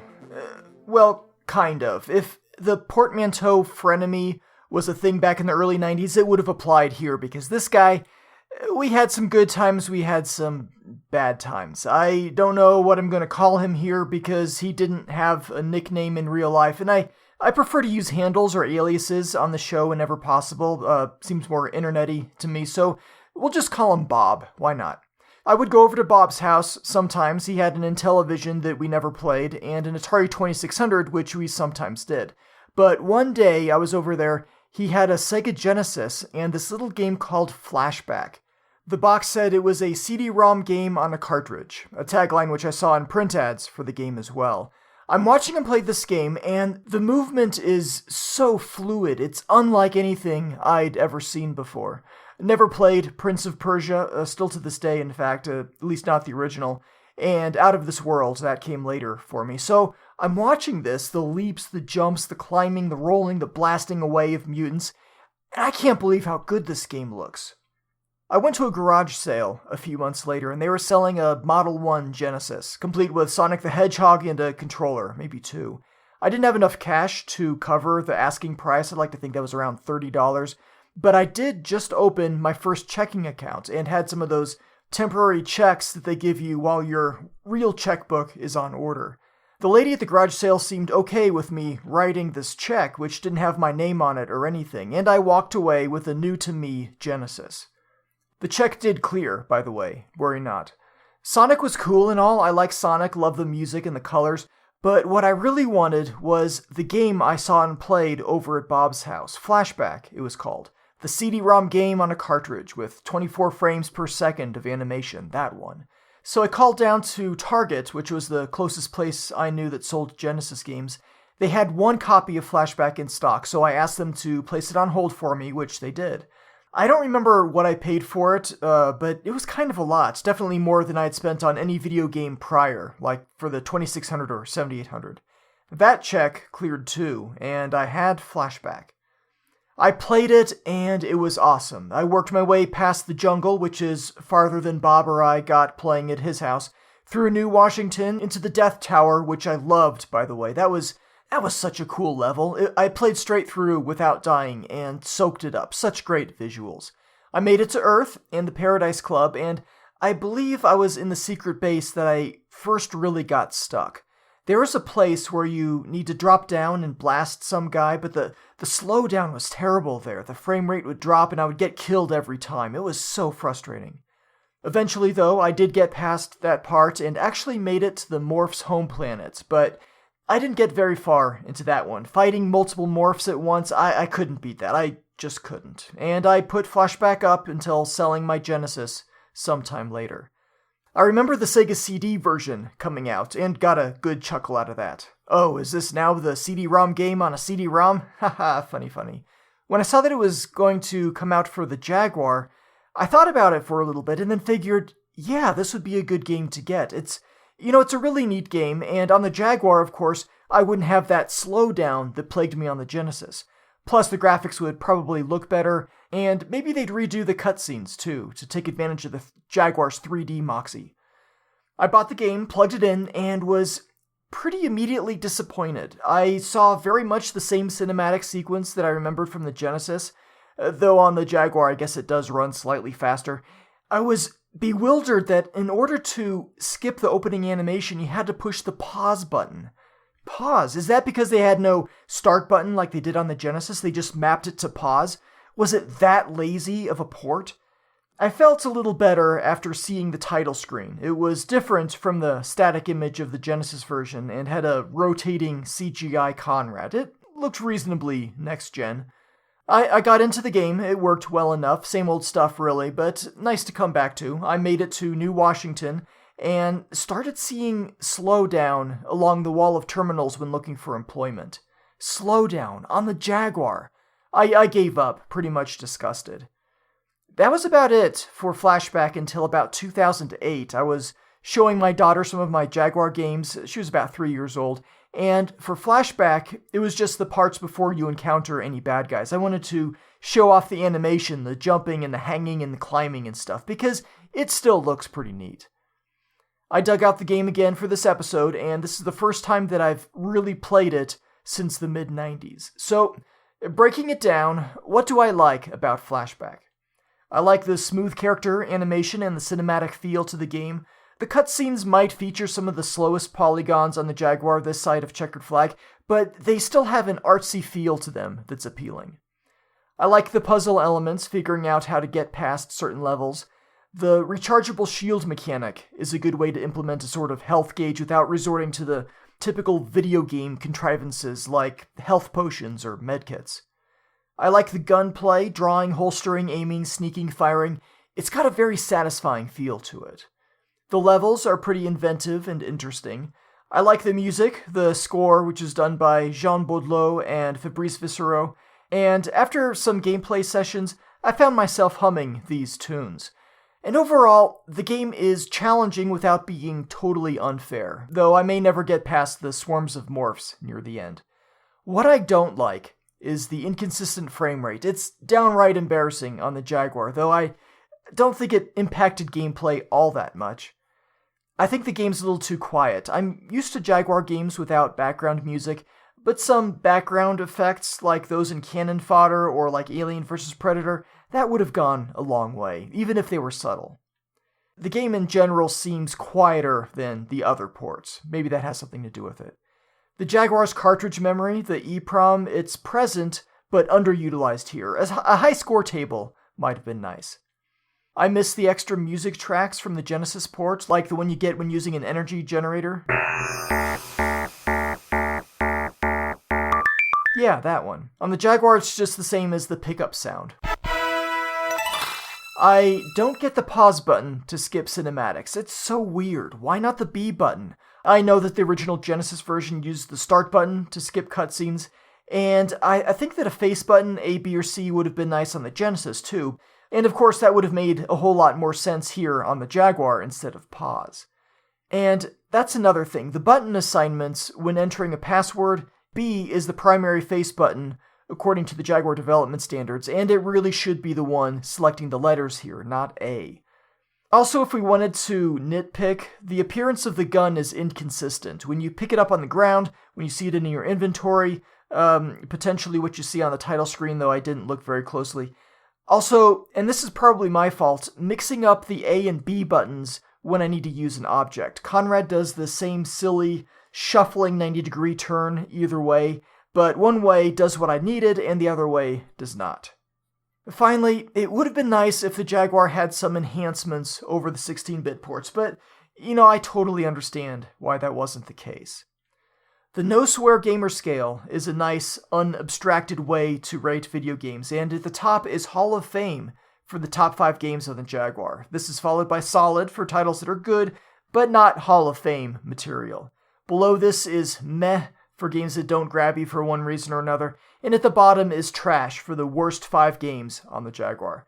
For me, Flashback is a solid title. The source material is excellent, and to me that makes up for its uninspired and sometimes uneven port here on the Jaguar. But that's just my opinion. What do you think?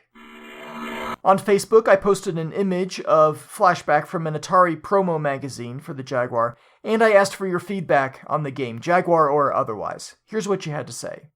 We heard from Bryce, host of the Turbotastic podcast, which I highly recommend if you have any interest at all in the TurboGrafx 16. I've always found the TurboGrafx interesting, and the podcast does not disappoint. Anyway, Bryce wrote, I loved this game, and still love it today. I remember renting it at my friend Tim's house for the SNES, playing it for hours.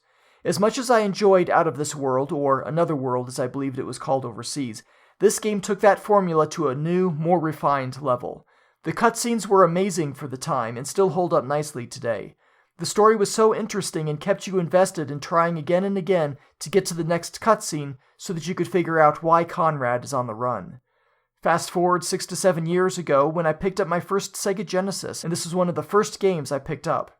I needed games for my Genesis, and this version was much cheaper than the SNES version, while playing just as good.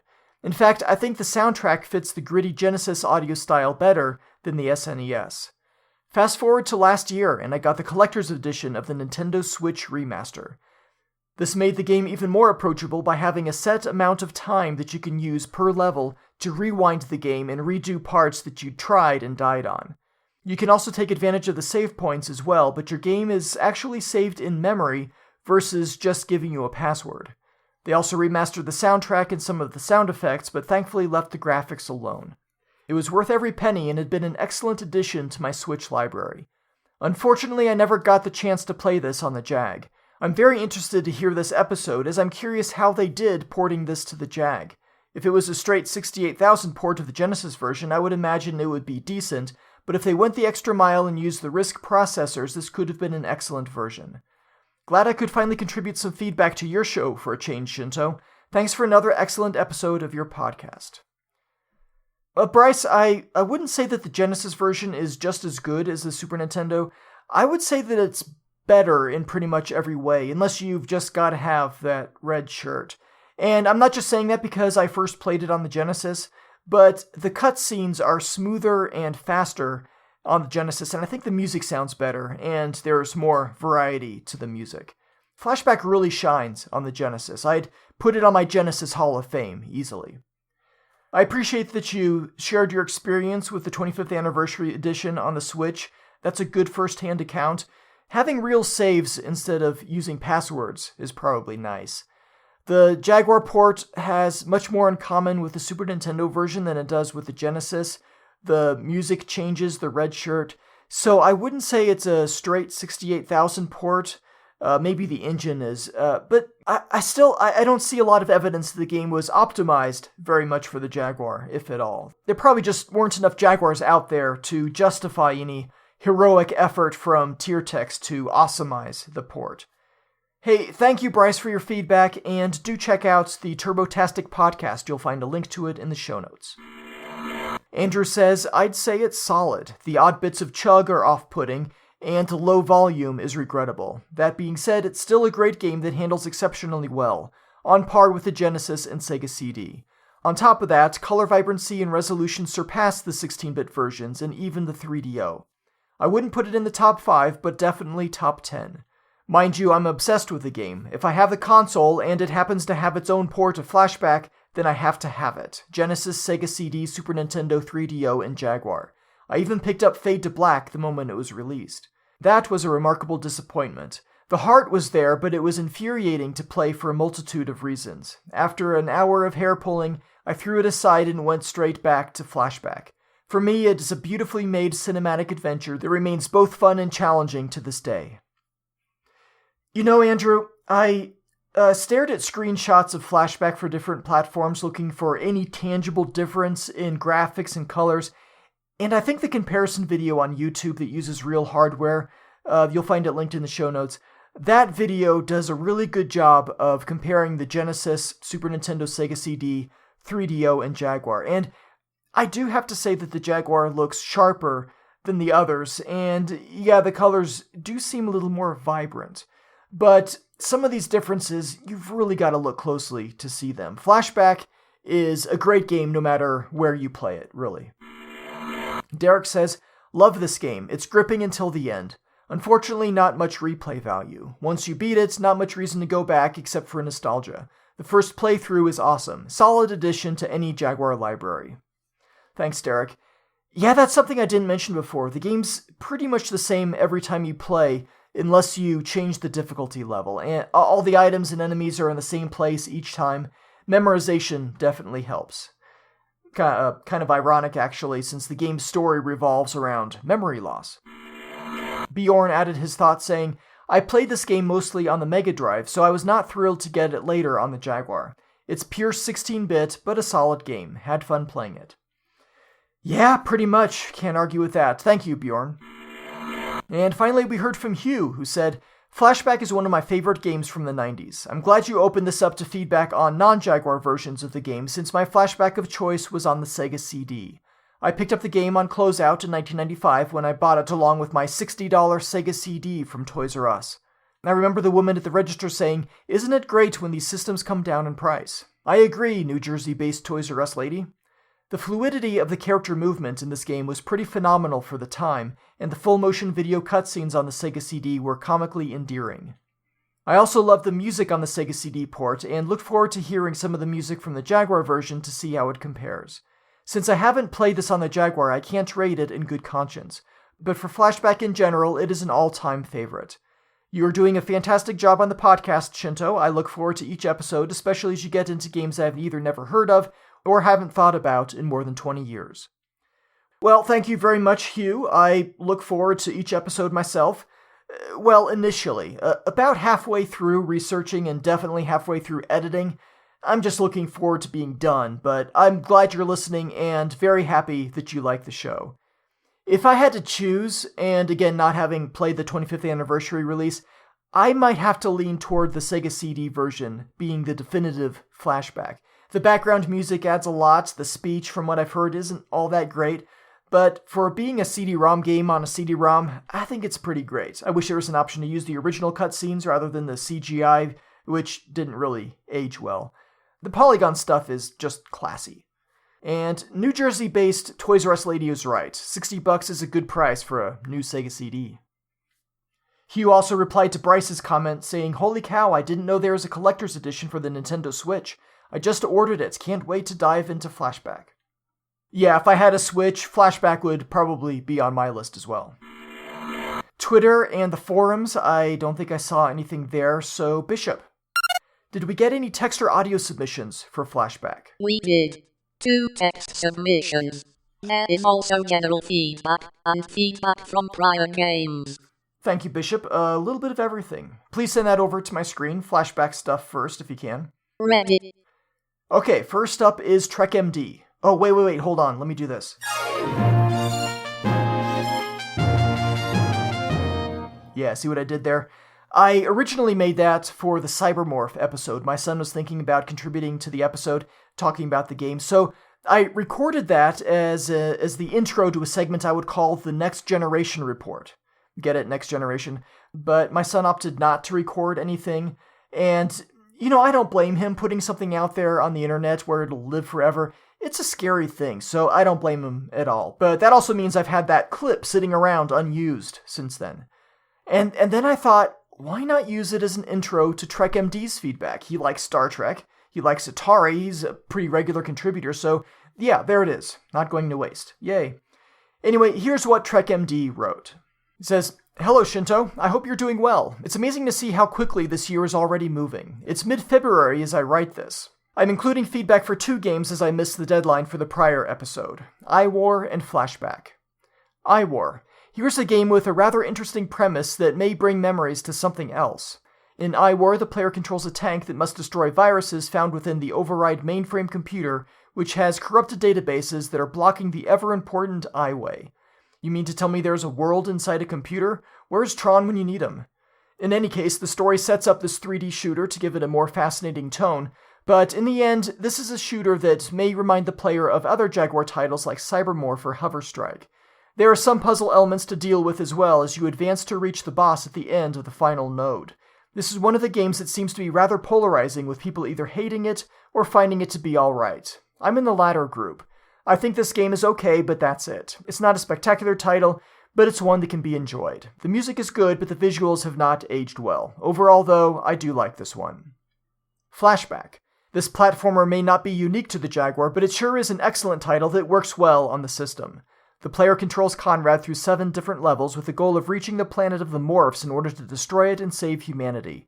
Through each level, Conrad needs to advance in a multitude of non-scrolling screens in order to reach a target. Getting to that target is a puzzle unto itself because of how the screens are arranged. Visually, the game is really good. The animation of the main character is very well done, and even the physics work well. Conrad will not just stop, as he will be carried forward by his momentum. It is remarkable how realistic this is, and he will even die if he falls from too high of an altitude. The sound effects and music are also good, and I like the music when you reach the end of each level. The game may not push the Jaguar to its limits, but it certainly is well done and fun to play. It does have more than one skill level to choose from, so there is replay value even if you complete the game at an easier level. Going to the Final Frontier Gaming, Eugenio. P.S. I wanted to share with you a link to an article I wrote about Pac-Man games on the Atari Lynx and the Jaguar that is in Retro Gaming Times. I know it has nothing to do with iWar or Flashback, but since it covers 2 of the systems I know you like, here goes. And he includes the URL.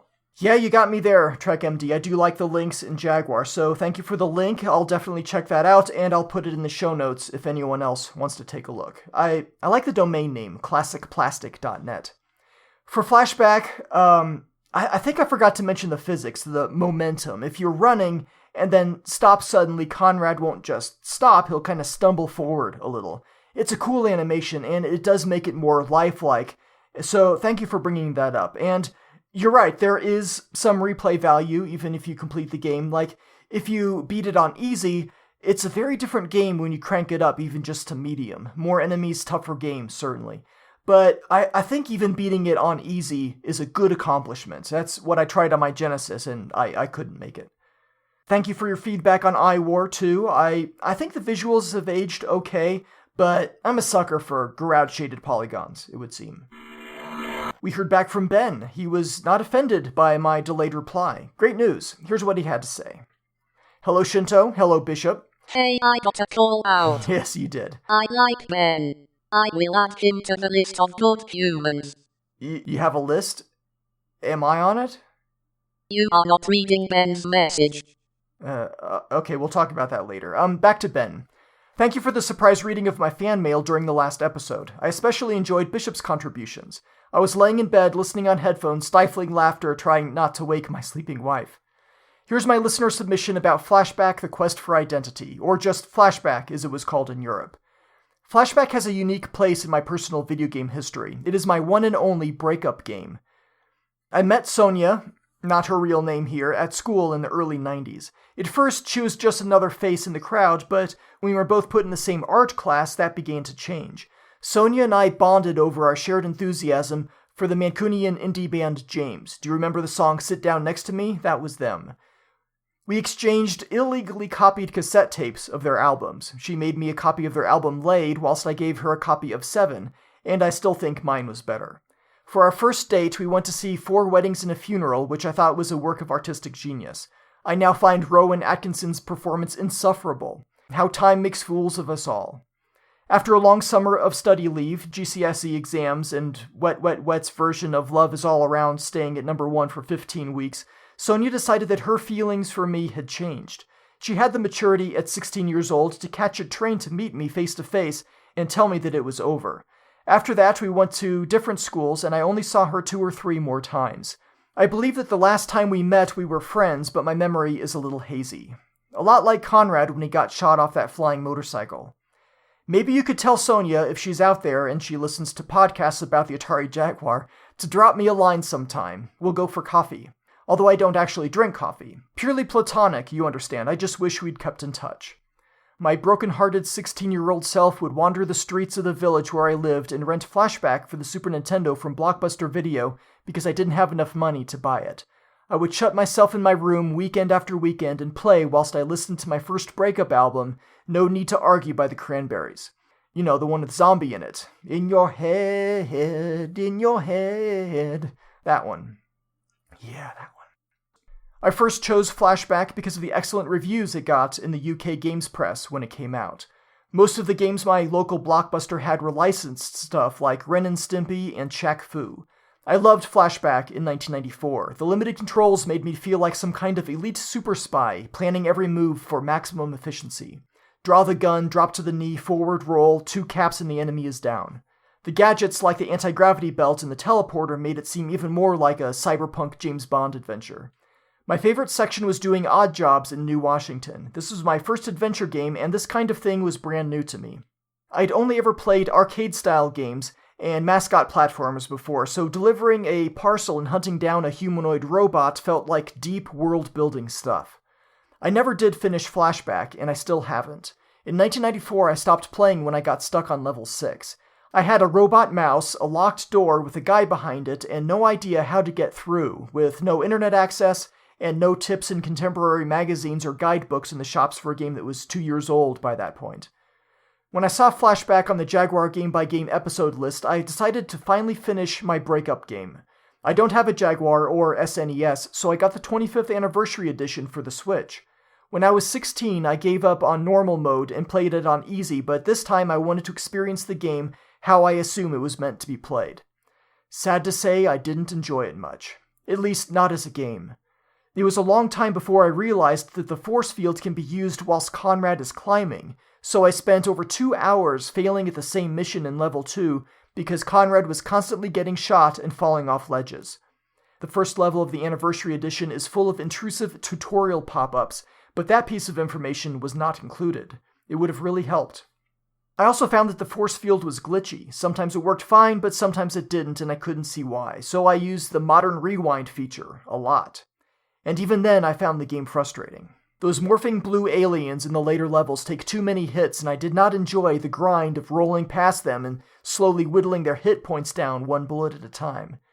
Thanks to a video walkthrough on YouTube, I finally know that all I needed to do 25 years ago was to have Conrad shoot a sealed door with his gun. Unlike all the other doors in the game, bullets make that door magically open. I can't believe that I didn't think to try this either in 1994 or 2019. Is it an example of bad game design? I really can't decide. Right now I am stuck at the very end of the game thanks to what is most certainly bad design. I had Conrad leave his teleport receiver by the sealed door next to the escape ship. I played through to the end and was about to lay the detonator but used the teleporter instead by mistake. Conrad is now completely stuck because there is no way to call the elevator back up to get him down to the level to place the detonator again. He can't survive the fall down the lift shaft, and his throwing angle means that he can't get the teleport receiver down there either. In the original cartridge game, this would have been fine. I could put in an old passcode and finish the game. But in the Anniversary Edition, there are no passcodes. There is no way to access old save states, and once you have used up your 2 minutes rewind limit, there is no way to put right what once went wrong. I wasted a lot of time Googling for cheat codes or hacks, but there don't seem to be any. So I watched the ending on YouTube, and I can see that I was 45 seconds away from finishing the game. I didn't enjoy it enough to go back and play through it again straight away, but maybe I'll give the 50th Anniversary Edition a try. But for all the frustration, I did enjoy Flashback. The design aesthetic holds up. The worlds are still as cinematic as the game journalist said in 1992. Playing reminded me of watching Total Recall and Blade Runner and reading all the other Philip K. Dick novels and short stories. I still don't think I have ever played a video game that nails that sci-fi noir style quite so well as Flashback does, even if the game design itself doesn't engage me anymore. One last thought on style. Are you going to cover the Marvel comic book? I read it for the first time today. I thought it was terrible. It doesn't capture the style of the game at all, and invents Sonya, a girlfriend for Conrad who is not in the game, and so as the player you must assume that she is either killed off-screen or is rotting in some prison somewhere. Maybe Conrad's mysterious friend Ian could save her. But worst of all, in telling the story of how Conrad lost his memories, and not as well as the game does in the Level 2 cutscene, the comic book robs the player of the pleasure of discovery from the first quarter or so of the game story. And the art on the last 3 pages is just bad. A cash-in hack job and no mistake. As for rating Flashback, what do you want to listen to? Trapped in 1994, 16-year-old me says Flashback is a top 5 game for any system. But here in 2019, 40-year-old me says it's strong. Is that your second best category? I'm going with strong because of the overall package, not really the gameplay. Can I do that? Should I do that?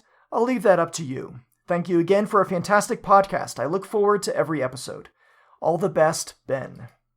Wow, that is a great email. I haven't seen 4 Weddings and a Funeral. I don't know Rowan Atkinson's role in that, but if he's not doing Rowan Atkinson-style comedy in that movie, then that's not right. I don't mean to typecast the poor guy, but he's Mr. Bean, for better or worse. I am not familiar with James, I don't think.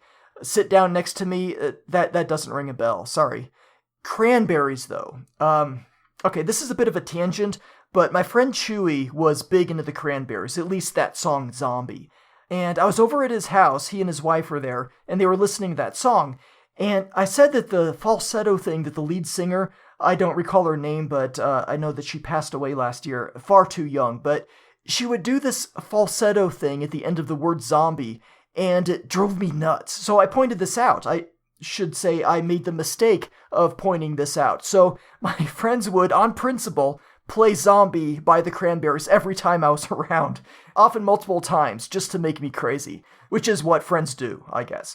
But regarding Flashback, you said that You said New Washington was your favorite section, doing the odd jobs there. It's not my favorite, but the way you explained it totally makes sense with the world building. I understand that. I love what you said about feeling like an elite super spy, and yeah, now that I think about it, I totally got that vibe too. It's very satisfying planning out and executing moves and having it work just like you thought it would. It's one of the best things of the game, so thank you for pointing that out. I also totally agree about the morphing aliens and the grind of rolling past them and slowly whittling down their hit points. It's not like the super spy bit where you plan everything out, you just kind of make it up as you go, rolling back and forth, taking a shot when you can get one, and hoping that you don't mess up, or that if there's more than one of them doesn't do something unexpected because you might end up having to restore from a save point. I'm pretty sure this is what did me in when I played the game back when it was in stores for the Genesis. The shooting the door thing, I didn't make it that far personally, but watching a walkthrough, you're right, it totally doesn't make sense. I don't get it. Why would this one door behave entirely unlike all the other doors? I do think that you're right about being stuck right at the end of the game. That's gotta be frustrating, and there really isn't anything you can do at that point. So yeah, that's a good example of where the modern save game design doesn't work with this older game. Regarding the comic book, I did mention that briefly, and I used that for my opening narrative, the story. The Super Nintendo manual, the PAL version at least, it's basically like the comic book, but in text form, so it mentions Sonya and spoils the discovery when you first get into New Washington. I agree with you there. The strong rating, it's called solid on the No Swear Gamer scale, close enough, so I'll put you down for solid. Hey Ben, thank you so much for your feedback and your story, and I'm sorry to say that given the listener demographic of this podcast that I'm able to extrapolate out, the odds are exceedingly unlikely that your Sonya is listening. We got an email from Mike. He says, I first owned this game on the Genesis and played through the whole thing when I was probably around the age of 12. It was a tough but rewarding game once you figured out how to advance. Then did some trades at a local pawn shop to get the Super Nintendo version. Later on in life, I purchased it for the Sega CD and the Switch. I got a complete copy off of eBay for the Jaguar middle of last year and played through it again. So I have quite a bit of experience with this title. To me, it is a masterpiece. The only part of the game I feel is sort of a slog was the second level that has you riding the subways to complete different jobs to earn money. Even with the amount of time I've put into this game, I always get lost trying to remember where to go for each job. Once past the second level, the rest of the game is fantastic. I still remember the first time I beat the game and how the end blew my young mind away. I would rate this game solid for sure. It's close to a top 5 spot, but there are some truly unique games on the Jaguar that I feel these spots go to. If anyone hasn't played this game, they are truly missing out and should experience the story and its beautiful visuals. Especially for the time, this game looked amazing. This one may not be a top 5 in my opinion for the Jaguar, but it's one of my personal favorites and has stood the test of time and is even fun to play to this day. On a side note, I want to thank you, Shinto, for the work you're doing on this podcast. I've listened to every single episode and I love hearing your majorly in-depth episodes. They are always entertaining and really highlight all you really need to know about each game. The only thing left to do after listening is play the games. Great work, sir. I wish you the best. Hey, thank you so much, Mike. That's really nice of you to say. I am humbled that you beat the game at the age of 12, and I wasn't able to at probably 17 years old at the time. The New Washington odd jobs you mentioned, yeah, slog might be a good word for that part of the game, especially if you're more interested in the action and straightforward gameplay, less backtracking. But the pace really picks up once you hit Death Tower. That's such a refreshing and fun level, I think. I hope with the game being on the Switch, it'll win over some new fans who hadn't seen it before or who were too young when it originally came out, because it really is a neat game. It's a classic. Thanks again, Mike. It was good to hear from you. I got an email in from Arethius, and like TrekMD, this covers both iWar and Flashback, so let's check that out. Hey Shinto, how are you? Here are my thoughts on iWar and Flashback. iWar. I was looking forward to playing this game again. I remembered it with emotion. I played it to the end before writing the review for my fanzine, which you used in your previous episode. I totally loved iWar at that time, but first I had to get it again, so I bought it from eBay. 112 euros including shipping. Ouch. But a complete collection is worth it, and besides I'm going to have a great gaming experience, right? Wrong. Once I plugged in the cartridge, I struggled with the game, and now all the good memories I had about it faded away. It was such a letdown that I can only see cons rather than pros. The nodes, are dull. The aim of the game is not that fun. Gathering pods is not as exciting as in Battle Morph, and the shooting sequences do not raise the fun at all. While I can excuse the graphics and while the music is nice, the rest of it is not up to the task. The sound effects are weak, the enemies are too tough, and the collision bugs and the stiff controls kill the game. Plus, the two-player game is a joke. And finally, you don't feel like being in a giant computer. I'm stuck on the 3rd level and I can't get past it, and remembering the enemy placement by heart is not fun for me. At the end, in my memories, the game is solid, but actually it is just a meh title and quite close to being trash. Make me choose between Iron Soldier and iWar, there is no choice. Iron Soldier had so much more to offer than iWar. The controls are tighter, the graphics, even flat-shaded polygons have actually aged better than iWar. The missions are more varied. Overall, Iron Soldier feels more polished. I don't specifically blame Imagitech for iWar. I think that even if they had a good working relationship with Atari, the producer did not help them enough to make a good game. I don't know if I'll actually have the same issue and disappointment with the remaining games. It is actually not easy to play a game that has been stored for years. Video games have evolved, and what seems like a standard today was not in the 90s. Well, we will see with the upcoming games you will cover. Flashback. I had the chance to meet and interview Paul Cuisset regarding Flashback, and he was kind enough to provide us with information regarding the creation of the game. I discovered this game with a friend on the SNES, but I really played it on the Jaguar. I went through level 1 and 2, and I have to play it through. So, for once, I decided to skip the ending spoiler of your episode. I'll tell you if I was actually able to resist the curiosity next time. But I want to earn the ending. For me, this game is worth its reputation. It is a great game and a solid addition to the Jaguar library. I love that game, and thanks to my meeting with Paul Cuisset, I know why. But I love it because of a more personal reason. I can't find the right word, but I think it is because of the Jaguar. Before the Jaguar came into my life, this game was a European platformer without much interest. Sonic was much more fun. But with the Jaguar and my increasing English skills, I discovered a depth in Flashback I never knew possible. Few games of that time let you live an adventure this way. Secret of Mana, Zelda: A Link to the Past, or Shining Force are great games, and you live a great adventure while playing them, but they all miss the theatrical storytelling Flashback has. It is true that the gameplay is rigid, but it is part of the game, and besides, it was the French way to make games. The scenario might not be the most original, but the way it is told makes it extremely immersive.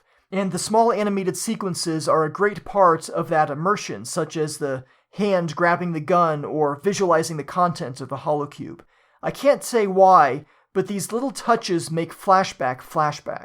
I played the game several months after completing games such as Final Fantasy VII and Grandia, and with some reflection, I think Flashback has nothing to envy the Final Fantasy, Grandia, Skies of Arcadia, or other Japanese RPGs of that time. It does have a great story, a comprehensive one, which some JRPGs lack, and a much more dynamic way to tell it, as you actually feel it as if you were living it. I don't know, maybe I'm just talking nonsense, but I am always attracted to this game. Or maybe it is just alcohol. I was out with some friends, and I'm writing this on the metro while listening to the Great Flicks Volume 3 from Queen. I just realized that I haven't said a word regarding the graphics, the sound, the music, or gameplay, but do I need to? You'd probably cover it in large detail. Plus, I think games like Flashback have to be reviewed as a whole.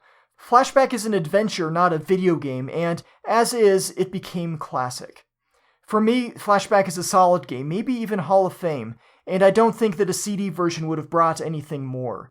Though I must confess my only CD experience on Flashback is on the CDI, and there it is not a good game. The port is certainly the weakest version of all the FMV sequences, requiring loading time, and the controls are atrocious. While on the Jaguar everything is smooth, and that makes this game so exceptional for me. So why only solid? Well, because I already have my top 5, but I'd say Flashback belongs to the top 10 games on the Jaguar. That's all for iWar and Flashback. I hope what I said made sense. Now I have some general feedback. Well, actually questions. First, on episode 0, you said that you'll follow a chronological order of the games, but the previous episode was about iWar, which is one of the latest Jaguar games. You said it was released in December of 1995, and the Jaguar was abandoned in 1996, with just a few games released that year. Besides, you only covered less than half of the games, and maybe Bishop will confirm it. So I was wondering, what chronology are you following? Secondly, I'm also curious about one thing regarding your podcasting endeavor. How do you feel about it? I mean, besides the general video gaming historical knowledge, what do you feel about the trail you've blazed? Did you achieve your goals, or are you about to do it? Do you have any regrets, episodes you could have done better, things like that? But I am really more interested in one important detail. In one episode, can't remember which one, you said that the Jaguar was not your favorite Atari console. So what is your favorite Atari console, and why did you choose to make a podcast about a console which is not your favorite? I don't want to be critical or question your enthusiasm, I am just curious, because I really think you are doing a great job on this podcast. That's all I have for now. I hope I did not plant the seed of discouragement in your ambition, as I might have drank too much. Take care, and remember to enjoy alcohol with moderation. Okay, there is a lot there. I'll start at the top with iWar. So, 112 euros for iWar, and to have it be such a letdown, I'm sorry to hear that, especially if you used my overall positive views of the game to help justify the expense. You talked about being stuck on the 3rd level, and I do seem to remember that one taking a little while. I didn't have much fun with it, but once I figured out how to use the map to find matching teleporters and get the feel for the level, I did get into it. Many of the later levels are more straightforward in their design, bi-directional teleporters between rooms, that sort of thing. But a few of the early levels were more puzzle-like, and not really a good kind of puzzle, figuring out where to go. So, yeah, level 3, level 4, they're kinda rough, but I do hope you'll come back to it later, maybe get past level 3, or node 3, and I hope you'll get some enjoyment out of the game. It does become more fun after you pick up the auto-targeting scanner. As I said, it's the best upgrade in the game, but I won't make you choose between iWar and Iron Soldier, definitely. After I had recorded my iWar episode and was in the middle of editing, my son asked to play the 2-player mode, and we had a good time. It was choppy, sure, but it was fun, and he even beat me 2 out of 3. Regarding Flashback, it's interesting that you got into the game because it was on the Jaguar. Most of the reviews and comments I've seen are kind of the opposite. I loved the game on the Amiga, or Mega Drive, or Super Nintendo, or whatever, and it's also here on the Jaguar, that's okay too. Comments along those lines, I guess because the Jaguar release was much later than the others. I think it's really cool, though, that being in the Jaguar library led you to really get into this game, that you likely would have missed out on it otherwise. I never thought that the rigid gameplay structure was a characteristic of the French way to make games. Never thought of it that way, but I'll trust your judgment on that as the authority. And yeah, the little touches in Flashback are nice. I agree with you that it's better the game came out on cartridge for the Jaguar rather than CD. The CGI cutscenes, they might have been a welcome improvement at the time, but I don't think that they aged as well as the filled polygon cutscenes. They're less artistic, perhaps, and yeah, you've got to factor in load times, and playing a game off of cartridge would of course be a smoother experience than off of a double-speed CD-ROM. As for your questions about the order in which I'm covering the game, I'm going largely based off of part number, but with some chronology factored in. Like, within a given year, I'll cover the games in part number order, while fitting in some third-party games which have their own numbering scheme. Or like Flashback that didn't seem to have any part number at all. I did it this way because, like, if I went strictly part number order, I would have done Hover Strike before Tempest 2000, but they were released a full year apart, Hover Strike after Tempest. So that's where the release date factors in. And I couldn't go strictly off of release order because that required a deeper dive into each game before I could even put it on the spreadsheet. That seemed like a lot of work, and not very reliable since the actual month of release might not be known. So I sorted by year first, because that was readily available on Atari Age, and then sorted by part number.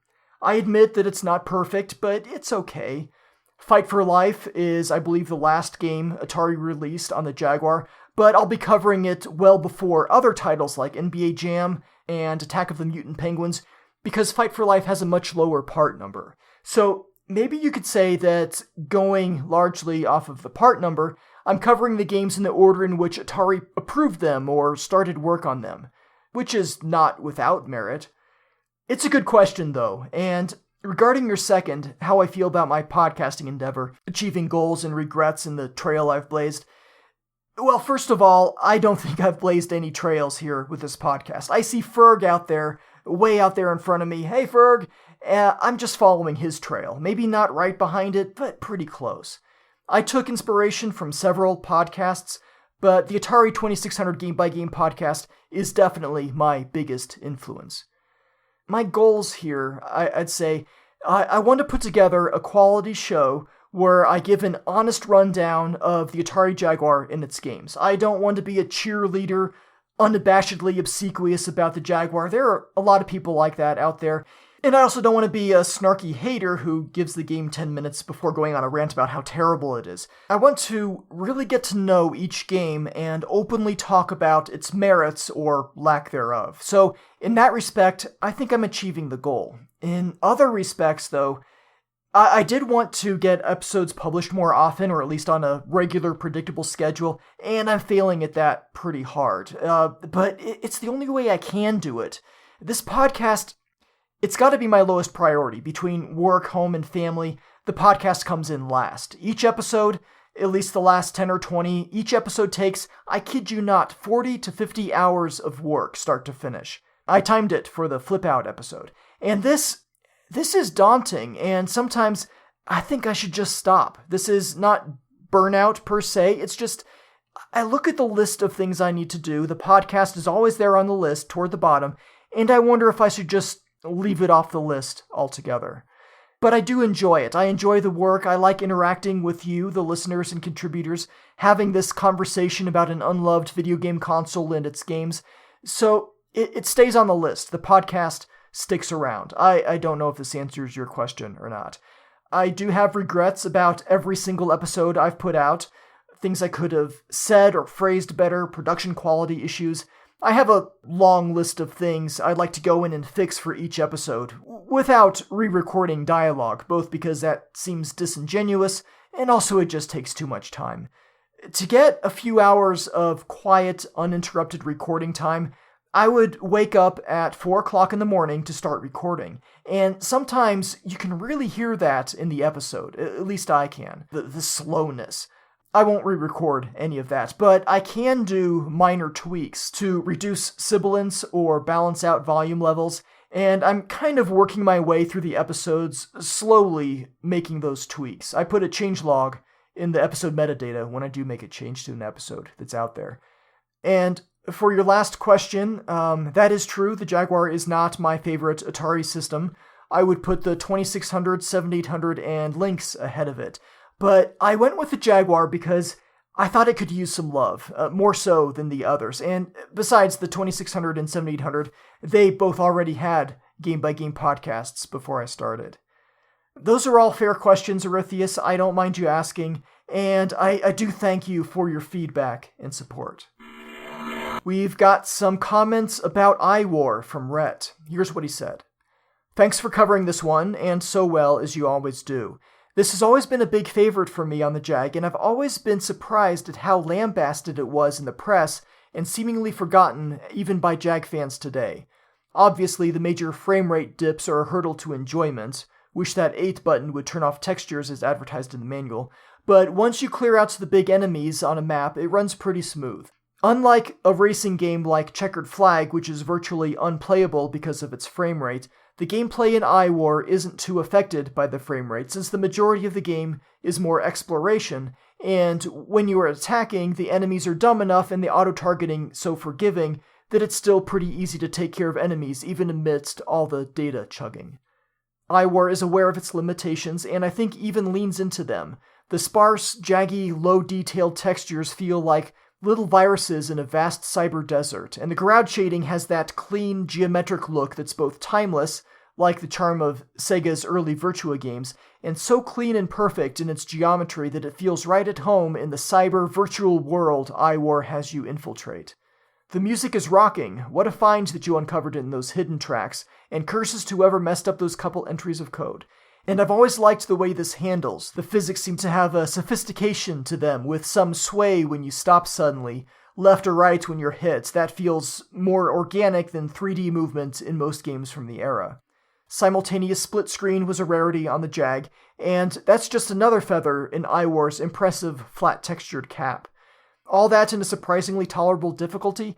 Add it all up, and to me, and my eclectic tastes, I think this one just squeaks in as a Hall of Famer for me. It gets extra points for being a console exclusive, since many of Jag's better games like Rayman, Tempest 2000, Doom, etc. had solid versions on other consoles at the time. So glad to see at the very least that you liked it enough for a solid, and hope your podcast encourages others to check out this underrated little blaster. Keep up the great work, and hopefully Bishop stays away from this one, what with all the viruses roaming about within. You know, Rhett, I don't think I mentioned this in the iWar episode, but I found it odd that most of the reviews, the magazine reviews from the 90s, they didn't really comment on the frame rates. They all had other objections and complaints, but I'd think that the frame rates would have been right up there. I really like what you said about how the gameplay really isn't affected by the frame rates. Unlike Checkered Flag, which, man, going into a turn with a drone on the screen, it's unplayable. And you're right, the enemies are pretty dumb in iWar, constantly shooting you even though there's a large object in the way, they just keep shooting. They're very direct in their attacks and approach, except the bouncing Wallaces. I kind of hate those guys. A Hall of Fame rating for iWar. I'll put that down, and I think you might have the only one, but I do agree that iWar is underrated, and I also like its Jaguar exclusivity. This is really good feedback, so thank you. I really do appreciate it. And finally, we've got some feedback from Hugh, formerly of the Retro League podcast. He's actually got a new show out now. 5 episodes have been released as I record this. The show's called The Retro Game Club, and he hosts this with Rob from Detroit, a contributor to the Retro League. The show has news and other features, and every episode they announce 2 games that they'll play and invite you to play and send in feedback before the next episode. I haven't done that yet, the feedback thing, but I probably will at some point. So anyway, I had a kind of eulogy for the Retro League in the last episode, the iWar episode, and he followed up on that. He sent in an email, and this is what he wrote.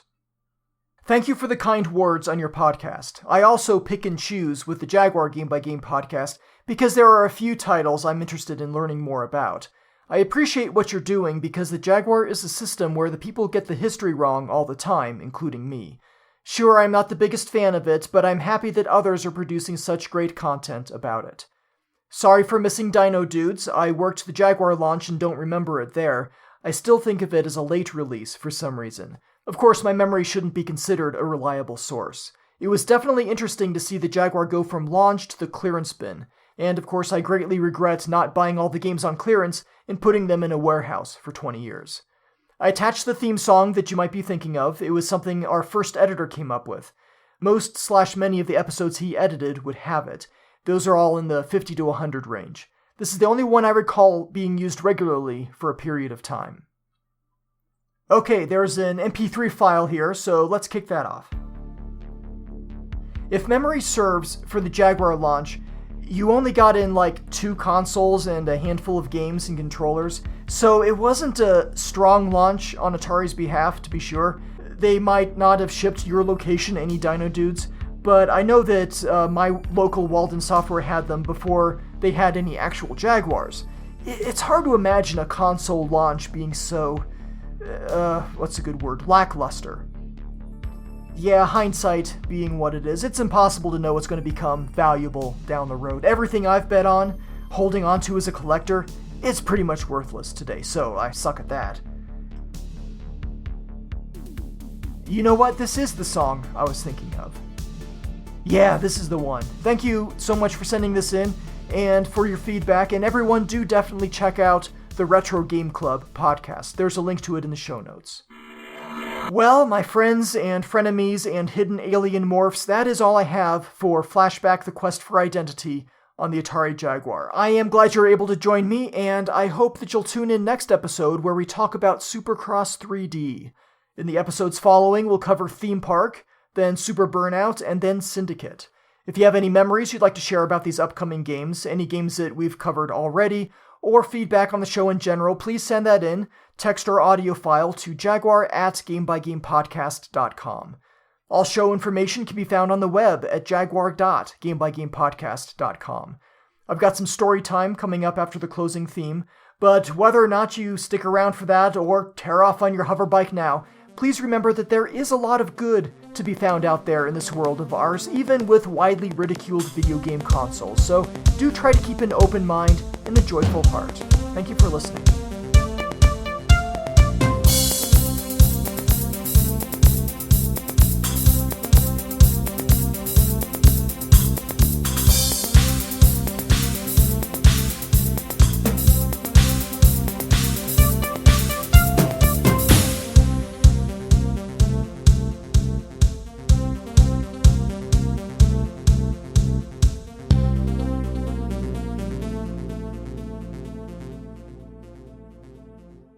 And now, story time with Shinto.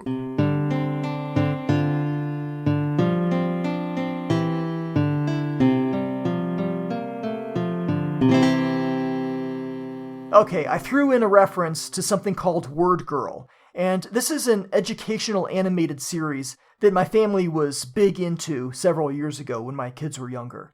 There's a popular fast food restaurant here in the States called Chick-fil-A. And their kids' meals, instead of including a lame toy, they would try to lean more toward educational material, books and crafts and things. One day we went to Chick-fil-A and got an audio CD along with our daughter's chicken nuggets. This CD contained what sounded like a radio drama surrounding a crime-fighting, living dictionary superhero named Word Girl. It had, I think, 2 episodes on it. So we were listening to this, and as adults, my wife and I tend to, we detest condescending kiddie stuff. Books and cartoons and music, which is all about high-pitched and overly simplistic treatments of the world. Kids will watch anything. You don't need to pander to them. Treat them like little human beings. Not little adults, of course, but little humans. Give them a bit of credit, is all I'm saying. So we're listening to this Word Girl thing, and we find it actually clever. It's not dumbed down, just set at the right elevation. So this is great. We liked it. Our daughter liked it. Then we learned that this wasn't just some one-off audio recording, but adaptations of cartoon episodes. There's a cartoon on PBS, public broadcasting in the States, called Word Girl. So my wife and I, late one night after the kids were asleep, queued an episode up. I think we had recorded one on our DVR to check out. I included a clip from that very same episode, and while the animation style took some getting used to, the content was great. We laughed out loud more than once, so we started recording these onto the DVR and let our daughter watch them, and she loved them too. How many 4-year-olds correctly use the word crestfallen in a sentence, really? She picked that up on the show. So the basic premise here is that there's this alien girl and her loyal simian kung fu sidekick Captain Huggy Face, and these two live alternate identities as a normal girl and her pet monkey.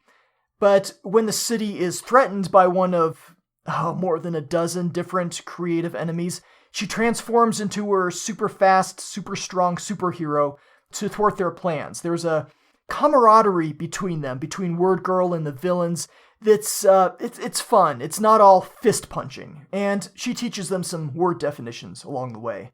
A couple of our favorite villains include Lady Redundant Woman, yeah, and Nokan the Contrarian, a Conan-like guy who always does the exact opposite of what you want. You know, kids, as they get older, tend to be contrarians by nature at times. And when one of the kids would become fixated on doing the exact opposite of what we wanted, my wife and I, we would yell out, "No can!" like the character in the cartoon, and usually set things right. So Word Girl, still saving the day. Word Girl! Okay, I have opinions about Pluto. Not the Disney character, Mickey Mouse's dog, not that Pluto, but the planet, or what used to be considered a planet. You might remember Pluto's demotion, as it were, moving from being considered a planet, one of 9 in the solar system, to a dwarf planet, one of many cold, rocky worlds beyond the orbit of Neptune. This was done through a reclassification of what makes something a planet. There are 3 criteria. It has to orbit a star, fine. It has to have sufficient gravity to pull itself into a roughly spherical shape. It makes sense. And it has to have cleared its orbit, which is the criteria that kicked Pluto out of the Planet Club. I kind of get what the International Astronomical Union was going for.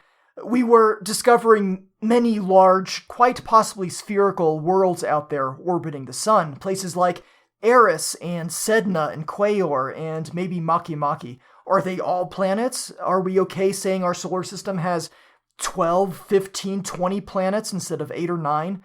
The line has to be drawn somewhere, and Pluto was always an outlier. Its orbit is inclined quite a bit compared to the other planets, and at points in Pluto's year, it's closer to the sun than Neptune is. Hey, it hasn't cleared its orbit, it crosses Neptune, so let's exclude it and all the other rocky bodies out there in the Kuiper Belt.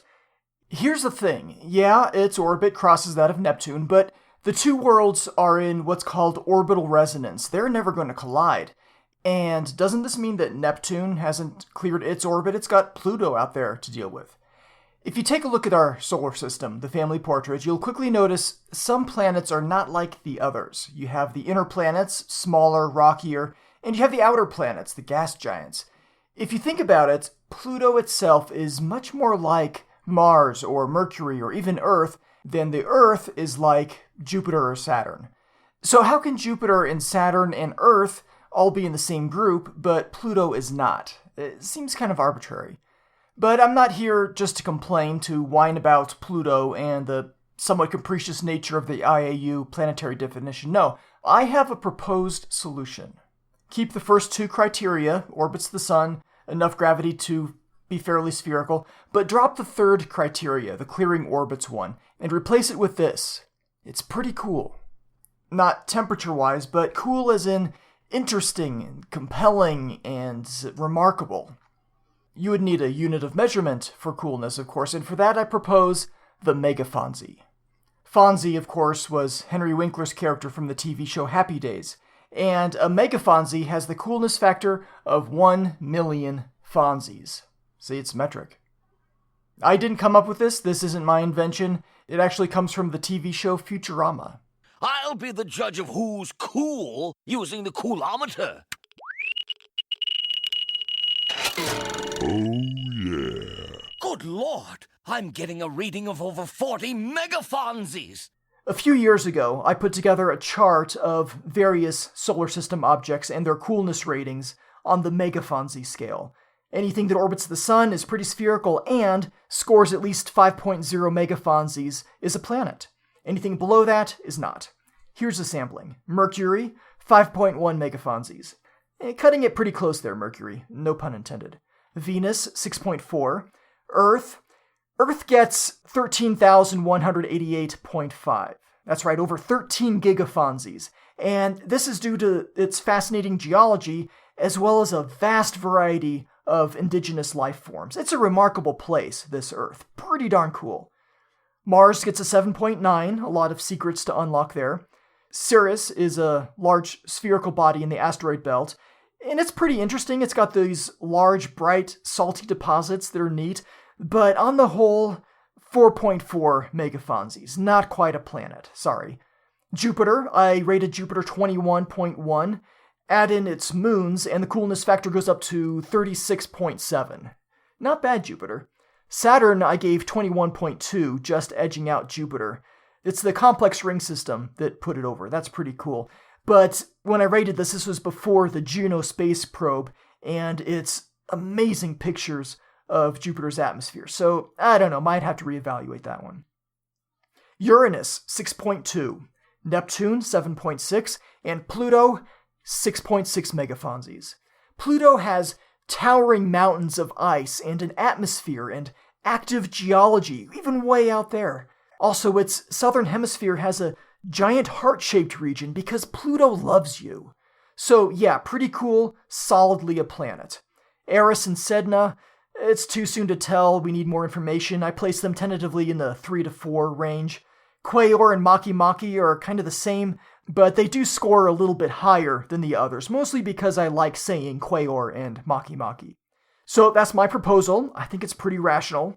International Astronomical Union, it's your move.